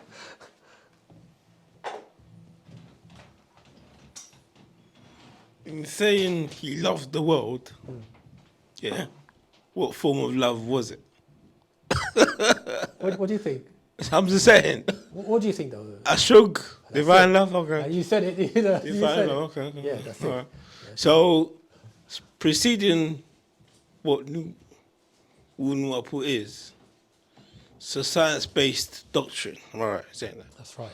So, being that we are in fact, scientists, to be exact, because we're doing experiments, and you're on a planet, Plan ET, with the plan of the extraterrestrials, which is kind of like, I mean, and the question is, what is the ultimate plan then? Get me? Because you got plan, you could make many plans, right? Because it seems like we're getting intercepted by these extraterrestrials or children of the devil. They come in, messes up, bring another demon in, the DNA is corrupted, RNA is corrupted. I mean, so what's the ultimate plan? It's almost like I said earlier, I can make a synopsis of you drinking water, yeah? But it's almost like you let it happen because to see what they do. And then I'm saying, so basically what's the ultimate plan if we're on a plan ET? Right, yeah. The other plan is quite simple. For the deities to walk this planet as time passes. That's what it's about. So Can I add a bit more to that? It's so that we make the alignment of the Galactical Federation. Go ahead, Simon. okay. Federation? Yeah, Galactical Federation. Yeah, there's a Galactical Federation that oversees different star systems. And Pana Babyananand is here to raise up a select few people that raise them up to deityship, and in doing so, will also be part of the Galactical Federation. Intergalactical, are you saying? Oh, Galactical Federation. That's what the master teaches. You don't say intergalactic, it's a Galactical Federation. There's a federation, a Galactical Federation, that had quarantined the planet, meaning that it was in such a state that people wanted to be oppressed, suppressed, and stressed. They love the evil. So the master says, until people's mind change, the quarantine on the planet will remain. But as time has shown, is that, time's up. And there are a few who want to make a change. It's not the mass majority that is needed, it's only the few people that they're after.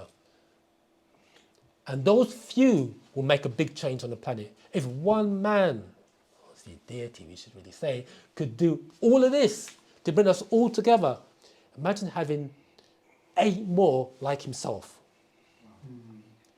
Let's take a bit further. Imagine having 144,000 Parnababyanons on the planet.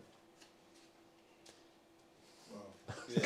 Okay. Go ahead. You're saying that the mind state, yeah, regardless of the 144 being mentioned, the mind state. So in terms of you saying that now, that's a biblical statement 144, everyone knows that. But I'm saying in terms of the level Yeah. of information we would have to proceed the next level. Yeah, because I always thought myself, where if they left us alone? Just imagine. Yeah, forget the 6,000 years slavery, yeah. What if they left us alone? What could have been? You know what I'm saying? So I'm saying we had to go through all this just to get here. That's right. I mean, so I'm saying like what Doc said earlier in one of the tapes earlier, back in the day. He said, why does God have to do all this just to get a result? You know what I'm saying? Yeah. So I'm just saying, that's just baffled. Yeah, that's a good question. The reason why this is, if Parnababyanan didn't come, if the being said they're hopeless, let's go back to risk, we would regress. No. Go ahead. I'll say that because you rephrased my question again. Go ahead. I'm saying you got a result. 2 + 2 is what? 4. Everyone knows that, right? Yeah. So why would you tell me the answer? I mean, so I'm just saying, yeah. From little toddler, from 0 to 5. Okay, right. So 0 to 5, you don't tell him the answer. So at 5-year-olds, he's like, oh my God, he clocks it. Yeah. It's 4, yeah? But I'm saying the point I'm making is, why would you put the child through all that nonsense? You just tell him. Well, I hear what You you're know what I'm saying? Yeah. I'm just using an example. Right. Remember, the master came teaching unofficially in 1963. Yeah. Some say 1962. He can give them right knowledge. Okay. What do we want? Religion. So what did he say? That was him, okay, because they were stuck in that realm. That's right. The realm or the mindset. The mindset. They weren't. The people at the time weren't ready for right knowledge in its pure and pristine state. However, he was injecting right knowledge in the many schools that we went through. Unbeknown to us, what he was saying in them books. I could read you a quote from the Quran, it will blow your flipping mind. Tell us, please. But people, and the key lies in the language. He's always said that. The key lies in the language. Like we said earlier on, that I never heard anyone say that it was Melchizedek who made Moses a god. Like respecting it as Melchizedek he was crying to. What it is that our minds need to be raised up to a certain level. This is bugging me. It's about tying the dots, though. Huh? Tying the dots. That's right. Yeah, but most people don't tie in the dots. So it's just like he used an example many years ago, where if you describe a clock to a person, That's right. the person might say X, Y, Z, but that's their limit of information of they know the clock. Whereas some more personal, who is more affluent in making a clock or designing a clock or know more a bit more, would go more deeper. That's right. Get me? So I'm saying, like, the point I'm making is the plan.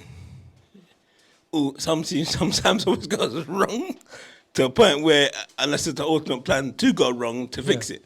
You know what I'm saying? Yeah. Yeah. So anyway. Yeah, because remember, it's also an experiment.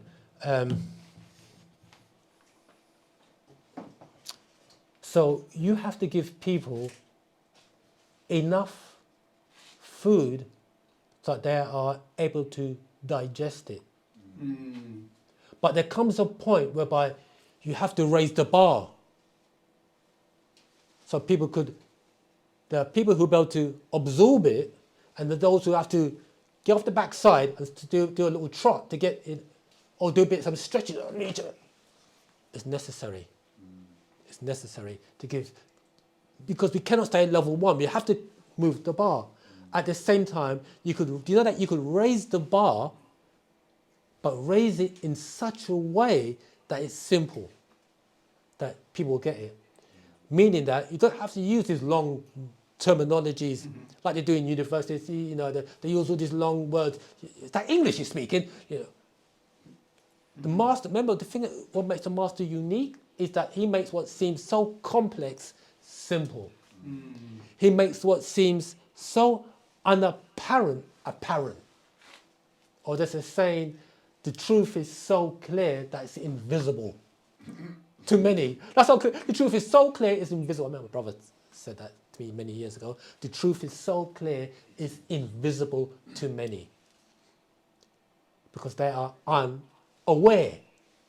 But once you become aware, it's like the chairs start to manifest. You know, I didn't realize that the chairs was here in the room all the time. And as the cataract starts to clear from your eyes, I didn't realize the chair was blue. I didn't realize with my real eyes.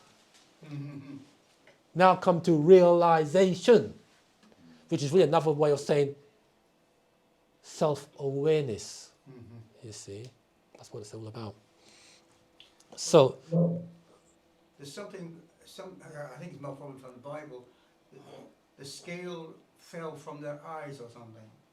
You kind of meaning their mind woke up and they could see more clearly or something. That's right, yeah.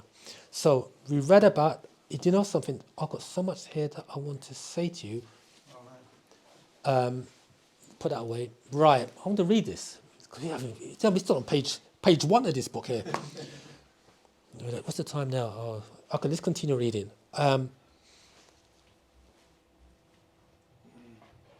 Okay, let's come back to Nuapo. 2. Yet here from the Nuwapians, I'll speak on it. It's pronounced as Nuwaupu or Nuwaupu. So Nuwaupu or Nuwaupu. You hear the difference in tones, okay? Nuwaupu or Nuwaupu. When you read the Mispatia, you will see Nuwaupu, you can see it more clearly. It stands for the right knowledge, the right wisdom, and the right understanding. The key to transform information into outformation. Or matter into energy and energy back into matter. Really, it's a form of alchemy. Okay? Nuapo is all comprehension, recognizing part of the all. When you say the all, we talk about all existence. We talk about all space, all matter, and all time. Absolute, infinite, and eternal in all directions. Finite and infinite. Nothing is outside of all. Where would you put it? For all is, was, and always will be existence. That's what all is. Nothing is outside of all. Nothing is outside of existence. Where would you put it? For all existence is, was, and always will be existence. All is all, and everything existing, living and dead, visible and invisible, male and female, good and evil, angelic beings, flesh and spirit. So here the Master has given us a definition of all, which is all existence. And the epitome of that is in Pa Takyud, our affirmation, where we say, Anuki Jawif Pa Ashok M Pa Pa'ot. I'm in the divine love of the all expanding, which is the omniverse. Pa Kalei Makwanat. Nuapo is the science of sciences and the science in sciences.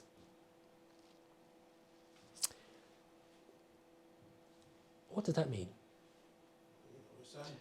Nuapo is the science of sciences and the science in sciences. What does that mean? Somebody asked you a question. Essence of essence. You could say. What does it mean when it says Nuapo is the science of sciences? It contains everything and is the essence of everything. Anybody else? Or is it the real science? Because it's facts and evidence. Like, You said something. Somebody said that. is it the real science of all science? You see, like how we got scientists in the world and we got science, but it's mostly the Makasu who brought the science, you know, because they're in control. They bring things to the forefront. But I'm just guessing that since we're the first here, we are the real science, you know? Like, there's no science apart from Nubian science. It's the only science, the real science. That's what I'm getting from it. I'm not too sure. Yeah. Kind of there. I don't want to say kind of there. You know, now you've got the bullseye. Let's say you're actually, it's not the bullseye, but you're hitting the bullseye. Close. No, more than close, right? Yeah, I mean, Trying, anyway. Yeah, trying. Yeah, it's good to make a guess, you know. So, yeah. Somebody says... Can I say it's like a science without theory? It's a science that explains all of the Kokasu's theories, what they've got out there. We can explain it all. Right, you're all on the right track. Jamal says, Terry Jamal says, it's the science. Oh, I lost it now. What did Jamal say that? I lost the. I'll get it back. Zamal, Go ahead, Jamal. This is Robert, sorry, Robert. It's the science of science because of actual facts and evidence we can prove. And that's how the truth is found. Right. You're right. The Jamal here, what's his name again, Jamal? Jamal got it right as well. Do you know we have chemistry, physics, biology, Mm-hmm. We call that Nuapo. That's what we called it. All those sciences, we termed it Nuapo. Mm-hmm. From Nuapo is where they got chemistry, physics, biology, The science of sciences, we called it in our tongue, Nuapo. Just to add to that as well, Yeah. we taught everybody anyway. That's so right. even though the Makasu kind of took over and brought science and chemistry to the world, everyone came to Egypt to learn the mysteries in it. Yeah. So it's really ours anyway, and we're the truth. Right, so yeah, that's what I was wanting to say, really. I have to make a little correction there.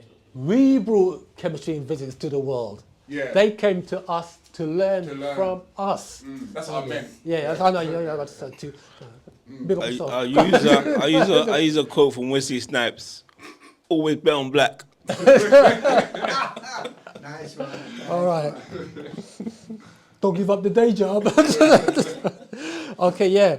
Nuwaupu is the science of sciences and the science in sciences. I'm going to stop there. However, in saying that,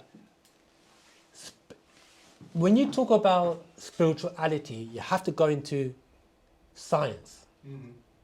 And the science is quantum physics and quantum mechanics. I said, brother will say something else. I must have. Go. Because quantum physics is the scientific explanation of spirituality. It's spirituality expressed scientifically. If it cannot, meaning it is quantifiable, spirituality is quantifiable and verifiable, or it should be quantifiable and verifiable. And quantum physics is that science. And the master said, you'll say it quite a few times, the master said, the next level to divinity is that of a quantum existing being, acknowledging that we exist on and at a quantum level, which is below the atom. You follow that? So once we delve into quantum physics, then we will get the knowledge behind the application, or the art behind. We will get the art and science. The art's the application, the science is the knowledge. Okay, Somebody wants to say something. There's a word that, what's it called? They said on the update recently, like last month. The word was, what's it called? Narishima. Yeah? Okay. It's a Hindu word, but I don't know what Doc was saying, he mentioned in that previous updates. Yeah? And I looked it up on purpose because I kind of, yeah. Basically, it says also spelled Narishima, but it's a highly revered, let me read it out. Yeah. It's a highly revered avatar of the Hindu god Vishnu. Yeah? Obviously, they revered it as an avatar. Now, Malachi York is an avatar in this day and time. So you saying that we're the actual spiritual, basically, most people say some spiritual, but don't have the information about the scientific part, which they kind of lack. Because basically, when you start mentioning, what's it called? Quantum physics, they shut down. Get me? So basically, they're lacking that information. Is that religious people? Yeah, religious people. Yeah, go ahead. So I'm saying, like, when you start talking about, like, quantum physics and biops and zeelies and all those quarks business, these people shut down. So therefore, the people who are highly enlightened with the scientific information, that can tie it in, That's right. are the people who are more advanced in this day and time. That's right. Yeah, which basically back to the old movie, children's movie called Battlestar Galactica. They came down to the planet. This is an old movie, you can check it out on YouTube. Yeah, it's called Battlestar Galactica. The children came down. They were highly advanced children, but they're too advanced for the normal people on this planet. So yeah, so okay, sweet. Oh, okay, yeah. That's all, yeah, but. Yeah, once you look at things from a scientific perspective, things become really clearer. The master says that we should study about the human body, because when you look at the human body, you begin to realize that when you're chanting, as an example, it does certain things to your DNA. Then you have to say, where is your DNA? It's in the cells. Where are your cells? In your body. Inside your body. Where about in your body? In the blood. In the blood. Where about the blood? In the veins. All over the body. Yeah. And remember, you got cells that is in the blood, and you've got cells that is not in the blood. You've got red blood cells, you've got cells, and the DNA is in the nucleus is in all the cells throughout the body. So when the master says that when you are chanting and it has an effect on your cells, he's talking about it has an effect on your whole being. Then he says you also got to check out the brain, because the brain is an important function. The brain is like the conduit for your thoughts. Okay. So now, when we are doing a chanting, do you know that when you're actually reading, or do you know that when you're taking in new information, did you know you're creating new neurons? Yes. Oh yeah, did you know you're creating new synapses as well? What's the synapses? Is it pathways? Something, it's a Yeah. connection between the neurons, I think. Correct, yeah. Is it like the communication network between one neuron and the next one? It's a pathway, yeah. The communication network, you're 100% right. Go ahead, Samuel. Which creates neuroplasticity, right?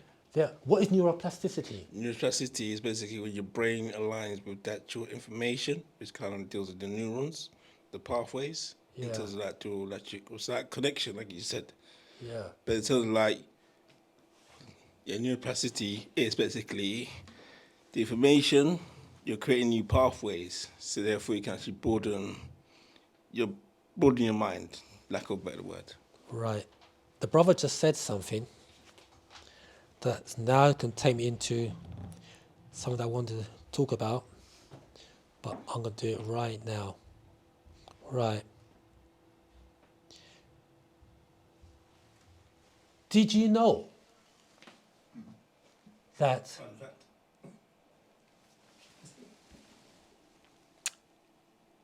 by way of wu-sabat or Nuwaupu, I mean, talk about creating new pathways, new neurons. Did you know that we are also creating what's referred to as Do you know that our thoughts has an atmosphere? Our thoughts has an atmosphere. Do you know that they call it the noosphere? N-O-O sphere, the noosphere. Let me just read an excerpt about it. The word came to me and I did some research on it. It's got here.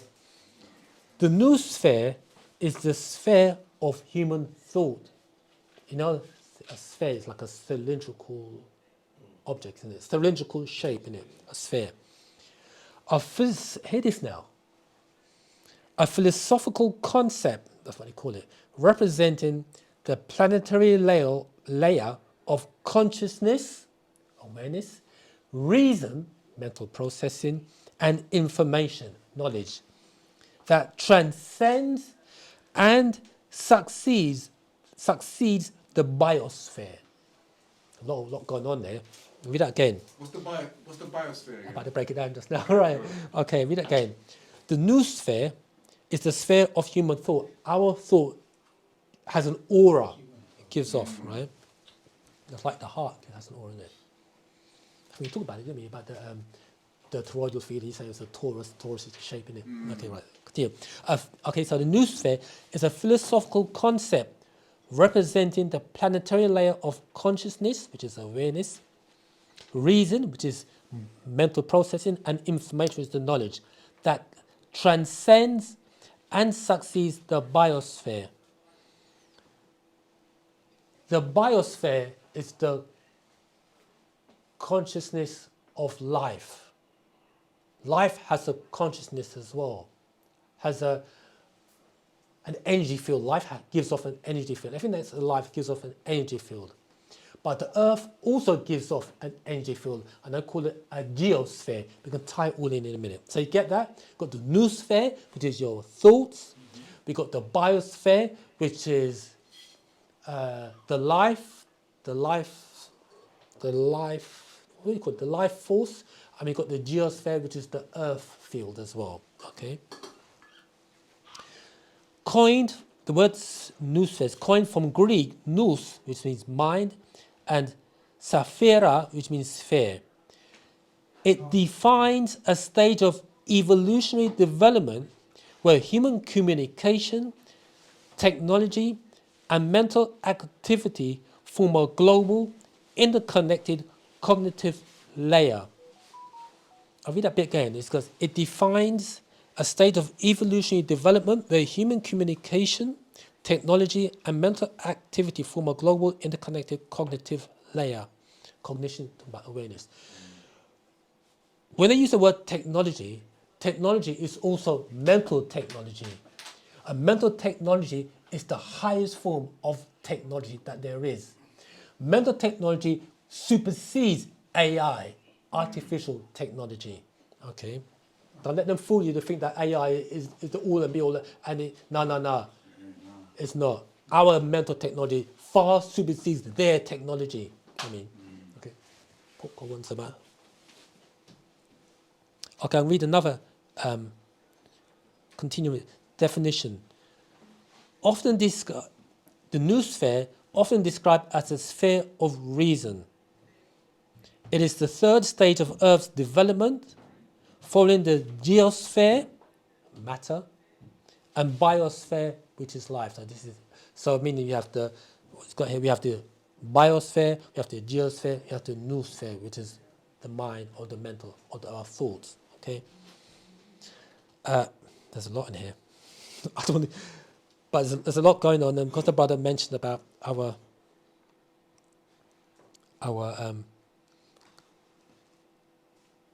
thoughts. Okay, let's continue reading as it pertains to the noosphere. Planetary mind stroke global mind. The idea of collective human intellect and consciousness. This is another way of saying collective consciousness. When we unite mentally, Marx says it like this: nothing's right unless the mind is right. And the mind can never be right unless it has accepted right knowledge. Okay? So nothing's right unless the mind is right. And the mind can never be right unless it has accepted right knowledge. You get that? And we said that, quickly go, and we said that 9 ether produces 9 reason produces 9 mind produces 9 knowledge. All the number 9, okay? So now, planetary stroke global mind, the idea of collective human intellect and consciousness. Nothing's right unless the mind is right. Once our mind is in order, we have what they call collective consciousness. Our intellect will also marry together and becomes global. So that new sphere, or having that form of mental thought pattern, or let's say having right knowledge, put it simply, having right knowledge will unite each and every one of us globally. Having that 9 reasoning. We said reasoning is the highest form of mental processing. We have thinking and we have reasoning. Thinking is straight line, reasoning is circular. Or as you say, you've got a box, that is thinking, you've got the circle, that is reasoning. So there's a difference between reasoning and thinking. Okay? Go ahead. Sir. Nothing is right unless the mind is right. And the mind can never be right Unless it accepts right knowledge. unless it accepts right knowledge. Can never be right unless it has accepted right knowledge.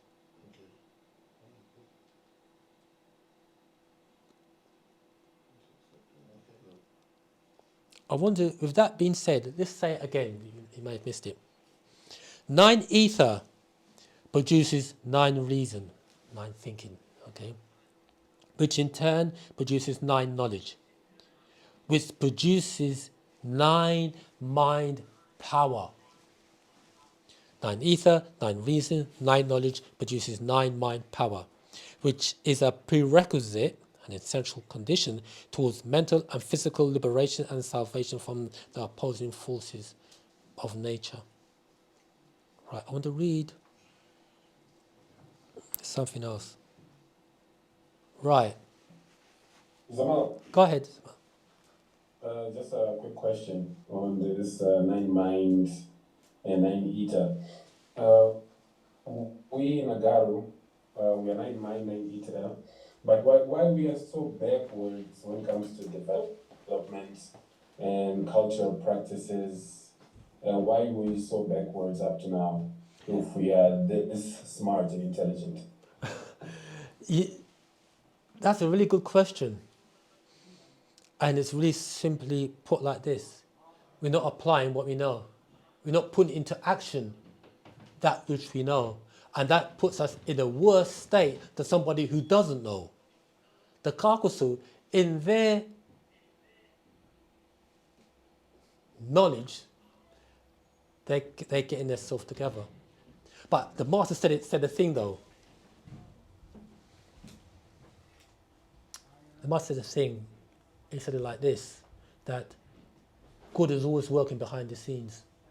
Good. Good is always working behind the scenes. No matter how good their structure, how good things look for them, good is always working behind the scenes. I mean, they are failing. They are failing. You know, they are failing. Now, also he said it like this. You know, you had like the Persian empires, the Greek empire, Roman empire, all different empires, Mongol empire. They all look great and unstoppable in their day and time until their expiration date arrived.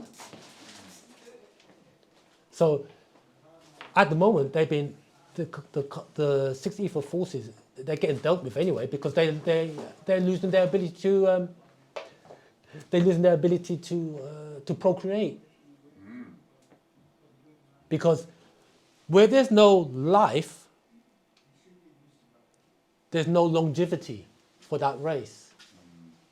Because the because it all depends. The women are the life givers. And if the women are no longer producing children or offspring, that race is going to die out. And remember, the master teacher gave a definition. There's a reading called Secret of the Seed, and gave he gave an example of how the Cro-Magnon, they were raping everybody. And the Pleiadians said, right, let's take them out by creating the Basque people. And the Basque women had what they call Rh negative blood type.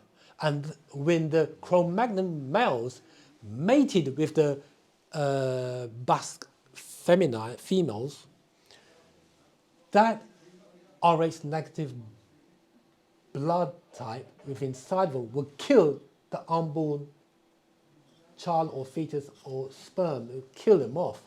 Thus, they were no longer procreating, and eventually the Cro-Magnon died out. And that is what's happening in this day and time, is that they call it the replacement levels. Like in China and Japan, they said you can only have one child.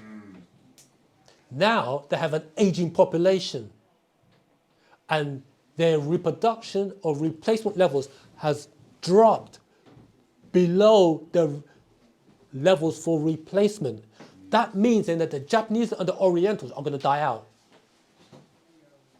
The Caucasus Caucasians, they are losing their ability to procreate. They have dropped below the replacement levels. They're going to die out also. It's not us saying that, it's what they're saying.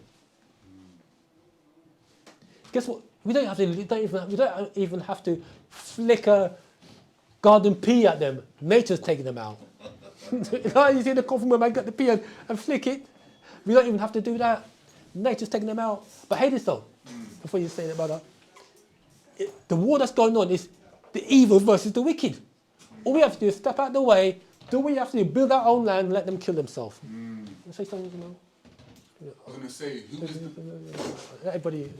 who was the Basque and the other name that you mentioned? With the Cro-Magnon. You see, you know, in there they got Secret of the Sea. You know, now you got the Homo naledi and the Homo floresiensis. Is it the other races before, the Neanderthal and all that? Yeah, the Neanderthal and the Cro-Magnon, these are Caucasians, Caucasian races, and you got the Basque with another Caucasian race. Okay. This is before your Adam and Eve story, the Adamites. So this is all before Adamites, Canaanites, and Edomites and all of that. Yeah. Okay, so the Cro-Magnon was raping people. Oh. These are the offspring of the Pleiadians, and the Pleiadians saw what they was doing and said, we've got to take them out.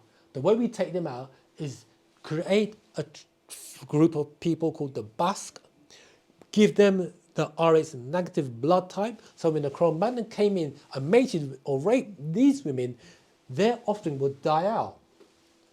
And eventually the Cro-Magnon died out. So these are like beast-like beings, right? That's right. Humanoid. Yeah, humanoid beast-like being. Okay. Yeah, obviously they had intelligence, obviously.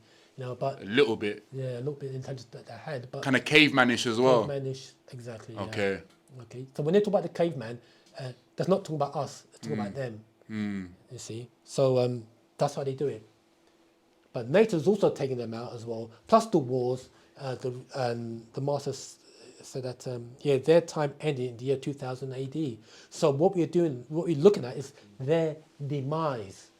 It's like you get a match, you light the match, the fire comes out, and now it subsides, it kind of retracts or recoil itself. That's what we're witnessing now. The evil versus the wicked. So what they're doing now is they know that, they've been told by their overlords that in order for you to continue walking the planet Earth, you've got to mix your seed with the black man. And meaning that the Caucasian woman has to mix her seed with the black man in order for her seed to for longevity. But when the Caucasian woman mixes with a black man, the seed is kind of mulatto, mixed seed, you see. But the Caucasian male, he doesn't hold the mitochondrial DNA. So if he hooks up with a black sister now and mixes the seed, that child will, what happens?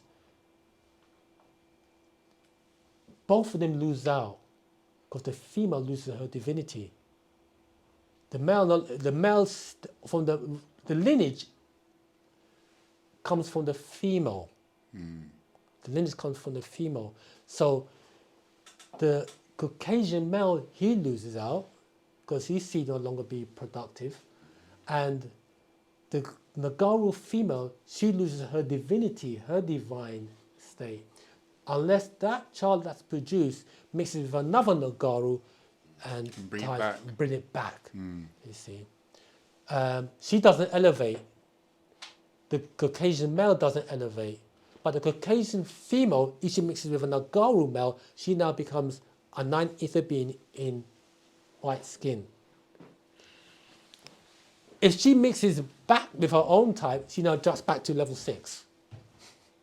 Was that the mother of the child or The Caucasian female. the offspring? The female herself. A Nagaru female mixes with a Caucasian female mixes with a Nagaru male. That female now becomes, because she's now taking off his essence, and she elevates to 9 ether in white skin. If she, the master says, if she goes back to a Caucasian male, she drops back down to level 6. You see, the offspring now, in order for the offspring now of a mixed relationship to sustain their longevity on the planet, they have to mix in with the Nagaru. And eventually, that her Caucasian seed will die out if they keep on mixing after a few generations. Then they come back to black. The brother says in Wesley Snipes, always bet on black. Okay, so So before you go on to something else, you said that the Nagaru woman mixing with the white man, she drops her divinity. Yeah. If she was to and this goes for the males too, if they were to leave the Caucasoid, can they level back up again, or it's kind of done? He said if they get back with a Nefaru, a Nagaru. Yeah, with the but they're kind of tainted. Yeah, with the master said with the Nagaru female, she would have to do certain rituals. Oh, okay. To get her divinity, but she could also lose her divinity by having multiple partners. From outside races? No, from her own race. Oh. A Nagaru female has had multiple partners. She can also lose her divinity by having multiple partners, because now she's got different male forces within inside of her that's corrupted her being. Not that it's irreversible, it is reversible, but she's got to abstain from sex for about 4 years. Minimum. Because all the different type of DNA inside of her. Inside of her, yeah. So. And what about the male? The male, the same with him as well. Okay. Because for every partner, for the mixing of the different body fluids, you got different women, how many men have they have? So all that is inside of him as well. You see, but it's the feminines who are more affected than the masculines. You see, because they are the divine creators. They are the carriers of the mitochondrial DNA. They are the record keepers. You see, they are the Most High, the feminines, and they're the ones who's going to straighten things up on this planet. So it's what it is. That's why you hear the word the omnipotent. The word is Om, which ties back into the feminines. Everything in existence is birthed from the womb of Pa'ut. And we know the womb pertains back to the females. Namilat has a womb. In Islam, they say Bismillah ar-Rahman ar-Rahim. That word Raham means womb. Okay. So when they say Bismillah ar-Rahman ar-Rahim, they're making reference to the feminines. Are they aware of that? No. Okay. Yeah, so there you go. Okay. Right, I want to, you know what I want to do is talk about Noopooh, because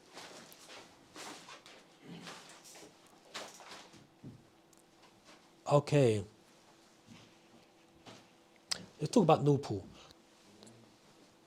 So the class is Nuapo or Noopooh. What's the difference? So this is what I wrote down here. Noopooh is the art or the application of sound right reasoning. When Nuapo is the science of sound right reasoning. So Nuwaupu is the application of sound right reasoning, and Nuapo is the science of sound right reasoning.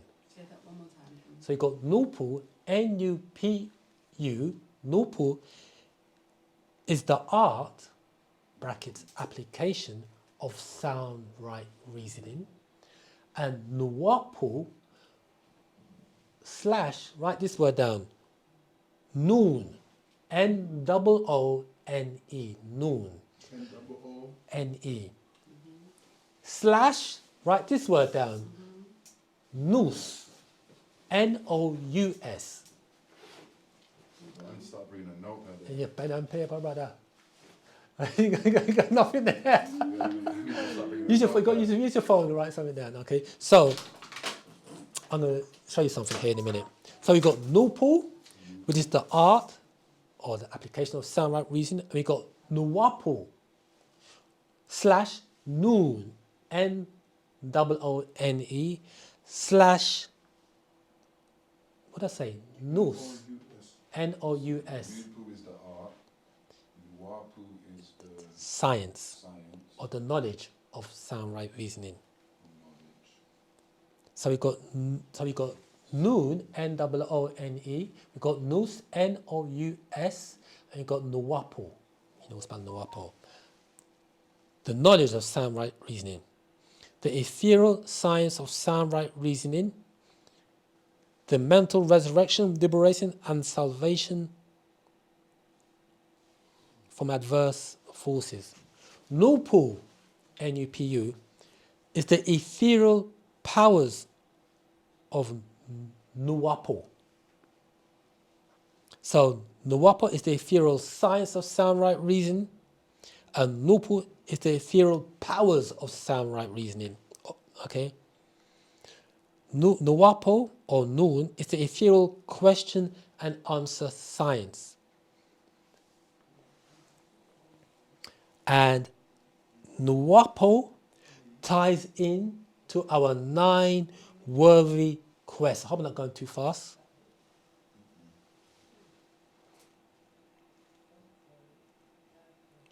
Right, let's go. What are our 9 worthy quests? The Master says it in one of the scrolls there. It's in one of the scrolls. It's on my head. It's on my head. What's it called? It's called the proof. Let's have a look. I think it's in the proof. Our 9 worthy quests. Oh yeah, here it is.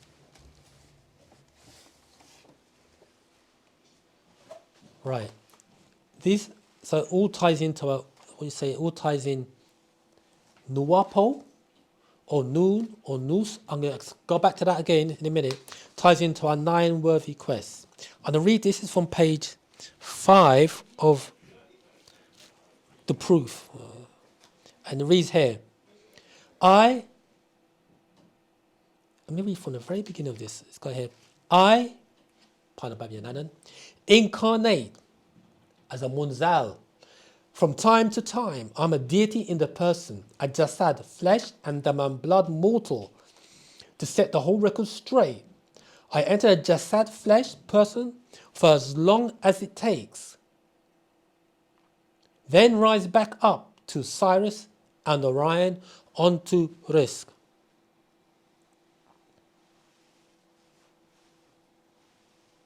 In Ilion, and I'm called while in jasad flesh, Emmanuel, which is God is with us, Avatara, Logos, the word, in Arabic, Ila Mutajassid,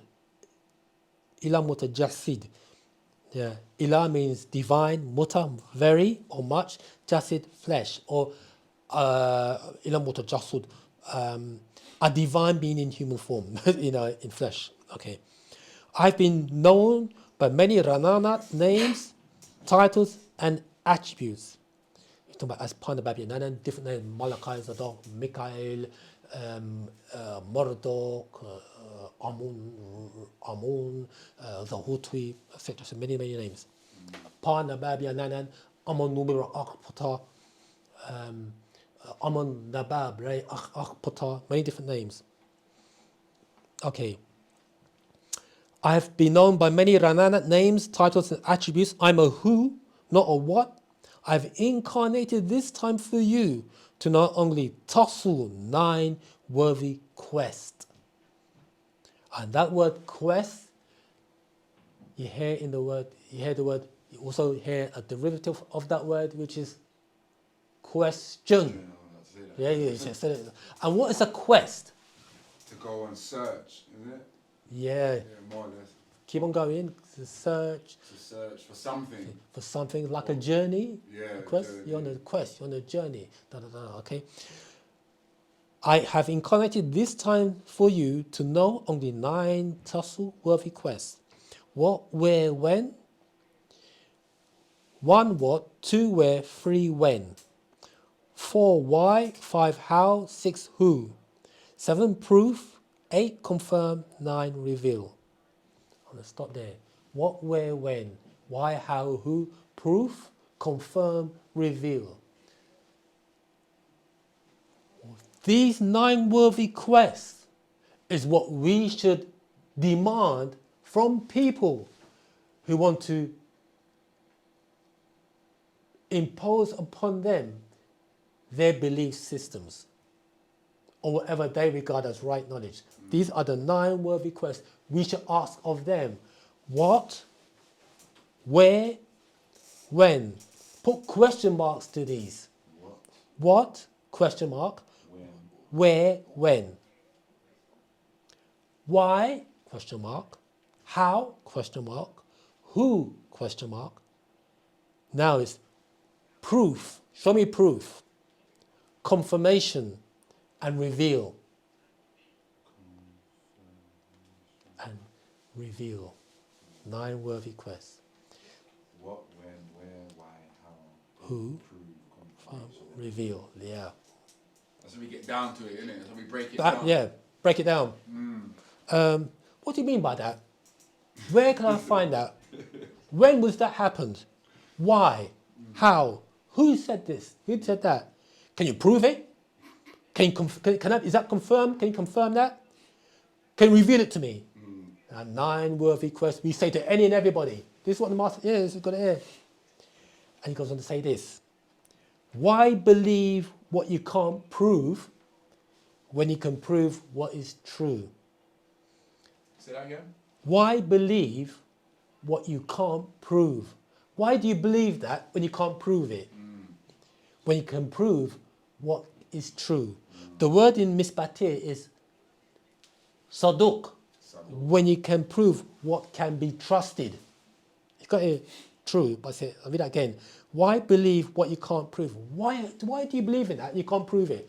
Well, it was have faith in my heart or whatever, whatever thing they say. Why believe what you can't prove when you can prove what is true or what can be trusted? That's why they call him Malachi Zadok, angel of righteousness, angel of justice. Zadok also means to trust.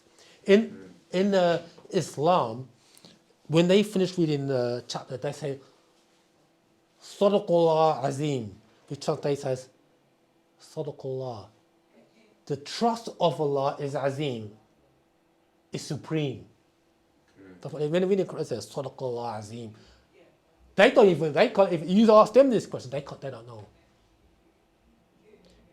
They don't even know who the Allah is they're talking about. But we know who the Allah is, don't we? The Master put it like this. Allah ma'ana. Allah is with us. They don't know who the Allah they're referring to. We know, don't we? We know who the Allah is of the Quran is, don't we? all linked to To who? You know what that. you're saying? To who? To all the what's their names? All the Anunnaki guys and that. It's all interlinked. Do you know who the law is? The master teacher. Master teacher. He's the law. They didn't even know it. But you knew it, didn't you? I'm not too sure. Anyway, something to digest, something got tonight. It's got here. Hang on. God so loved the world, he came himself. Anyway, God saying, why believe what you can't prove when you can prove what is true? These 9 set the Sajal record of faith and replace this fiction of faith, belief, hope, desire, and wish. He goes on to say this last bit. In the beginning, nothing preceded. In the end, in the middle, nothing stays. In the end, nothing is after. Does everyone get that? Let's repeat again, please. Sorry. In the beginning, nothing preceded. In the middle, nothing stays. In the end, nothing is after. In order for you to get that, you got to know the differentiation between nothing and something. Once you know the differentiation between nothing and something, you'll get it. Would I be wrong in saying that nothing can be something? Because you see, like, when you say, like, Get the microphone so everyone can hear. I'm not correct. I don't think I'm going to be fully correct when I'm saying this. I'm trying to rephrase what I've heard before, but you see, like the all, even though it's like existing of things, it's also nothing as well. If you know what I mean. I could be incorrect in what I'm saying. I'm trying to remember, but yeah, I'm still thinking about it. But so we got something, SUM, and we got no thing, NO dot thing. Yeah, nothing is still something. Yeah, but it is physical or non-physical. Is no thing physical or non-physical? No. Yeah, I don't think no thing is physical. It is etheric. Yeah. And something, SUM, is... I would say physical. Physical. So, no thing, says, in the beginning, no thing preceded. Before something. The etheric realm... was existing before physical. It preceded physical. It's before the physical realm. In the middle, nothing stays. It will always be there. In the end, nothing is after. Once the physical has gone, nothing or the etheric will always be there. So basically it goes back to the beginning again then, in a way. It was always there. It was always there, yeah. It was always there. Always existing. Yeah, in the beginning, nothing preceded. It was always there. In the middle, nothing stays, doesn't move nowhere. And in the end, nothing is after. It's that circle, isn't it? Yeah. Circle, cycle, cipher, yeah, 100%, yeah. Let's stop there with that. So, I wanted to read something from here as well. So, Noopooh. So now we know that Nuwaupu, can you see the science behind what the master teachers teach us? What we have to do is, you notice how I've got a whole heap of books out here. This is how we study, and the key is in the language that we are speaking. Once you know the language, then things become more clearer. You have the overstanding. We have to break down certain words like no thing and something. These are words we have to break down. Okay, I get it now. You see, the spell is in the language.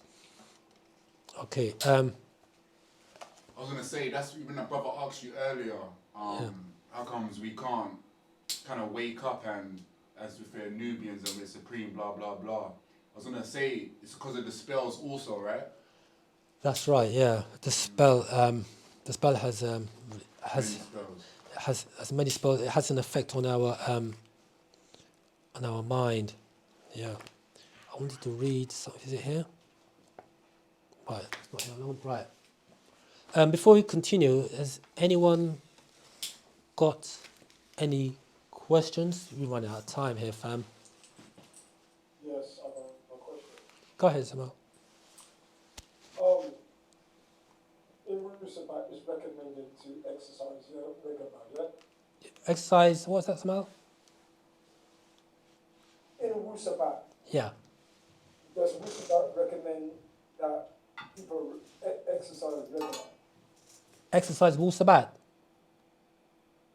Yeah?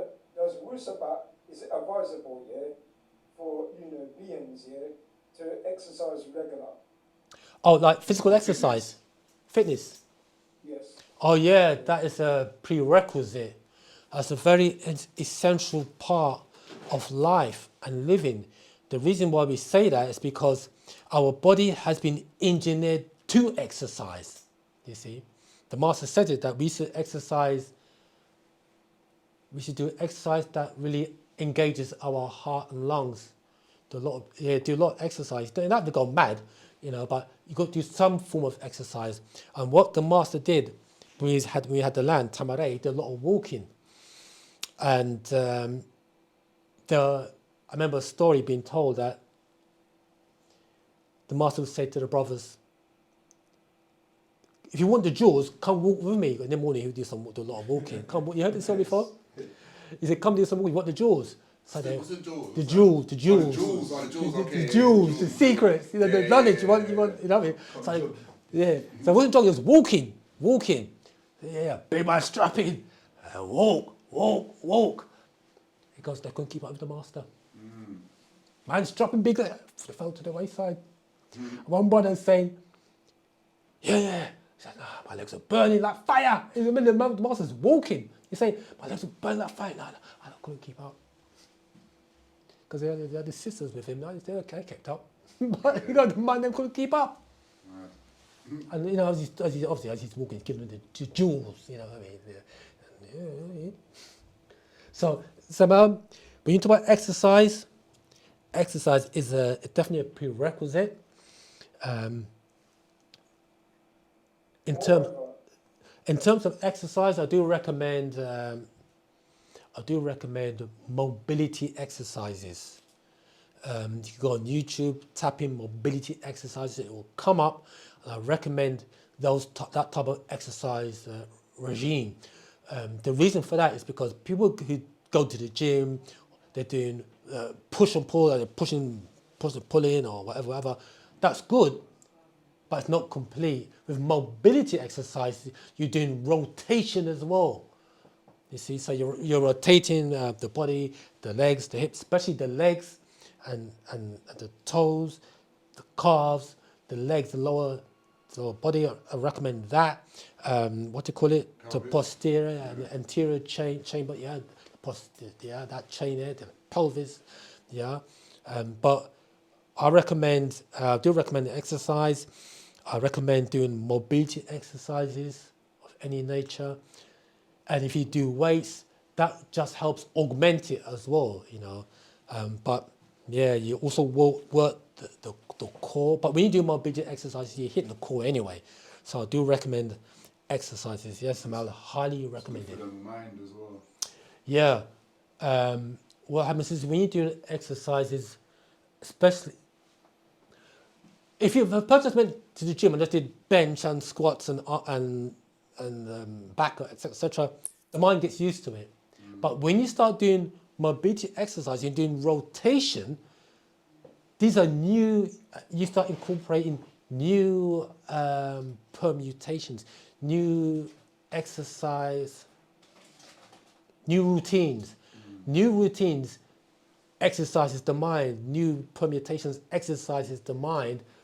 And just like learning new knowledge, when you learn new knowledge, new neurons, new brain cells and synapses, communication is developed. When you start exercising, doing new forms of exercises, you are creating new forms of coordination, muscular coordination. So, Samal, your question is a very, very, very good question. Should we, as Nuapo, exercise? The answer is yes. We should exercise. Our body has been engineered to work. You see, just like during COVID, a lot of people couldn't walk to work, couldn't go to work, so they're at home. The guy said to me that during that COVID time, a lot of people develop back pain because let's say you get the train to work, you come at your house. Let's say a person doesn't exercise, come at their house, walk to the 10-minute walk to the train station, get the train, walk up and down the escalator from the train station to the workplace. It says another 10-minute walk, and the that's exercise. They may not go to the gym, and they may have a bit of a pot belly, but it's still exercise. It's still once you move it up and down, that's still exercise. You see, they're still exercising, but due to the lack of that, people start getting back pain and I'll kind of put on weight, etc., etc., etc. You see, so yeah. Guess what, fam?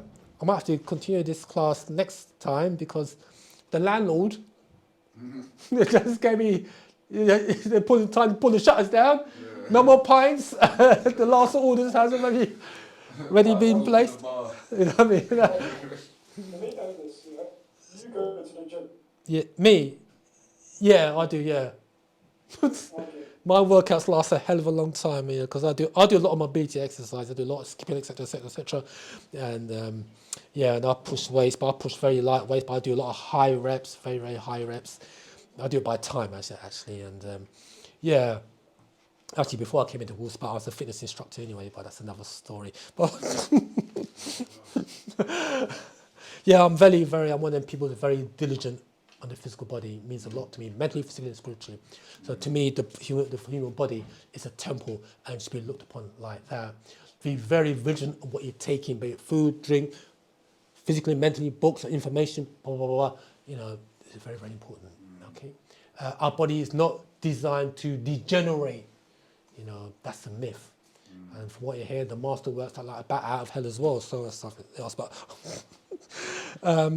okay, fam, until the next time, I'd like to say tawakum. Thank you all for attending this class. I hope you find it as informative as we do. We learn as much from you all as part of the listening audience than you do from us.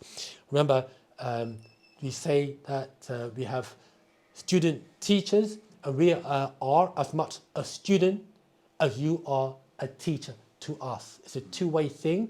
1 minute we are in the seat of the teacher, next minute we are in the seat of the student. We sit in the seat of the student more than we sit in the seat of a teacher. See, because everyone is our teachers. The young, the old, the living, and the dead.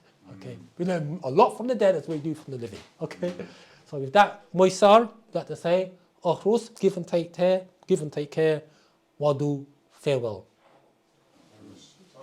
Wadu, Moisar. Wadu, Akhrus.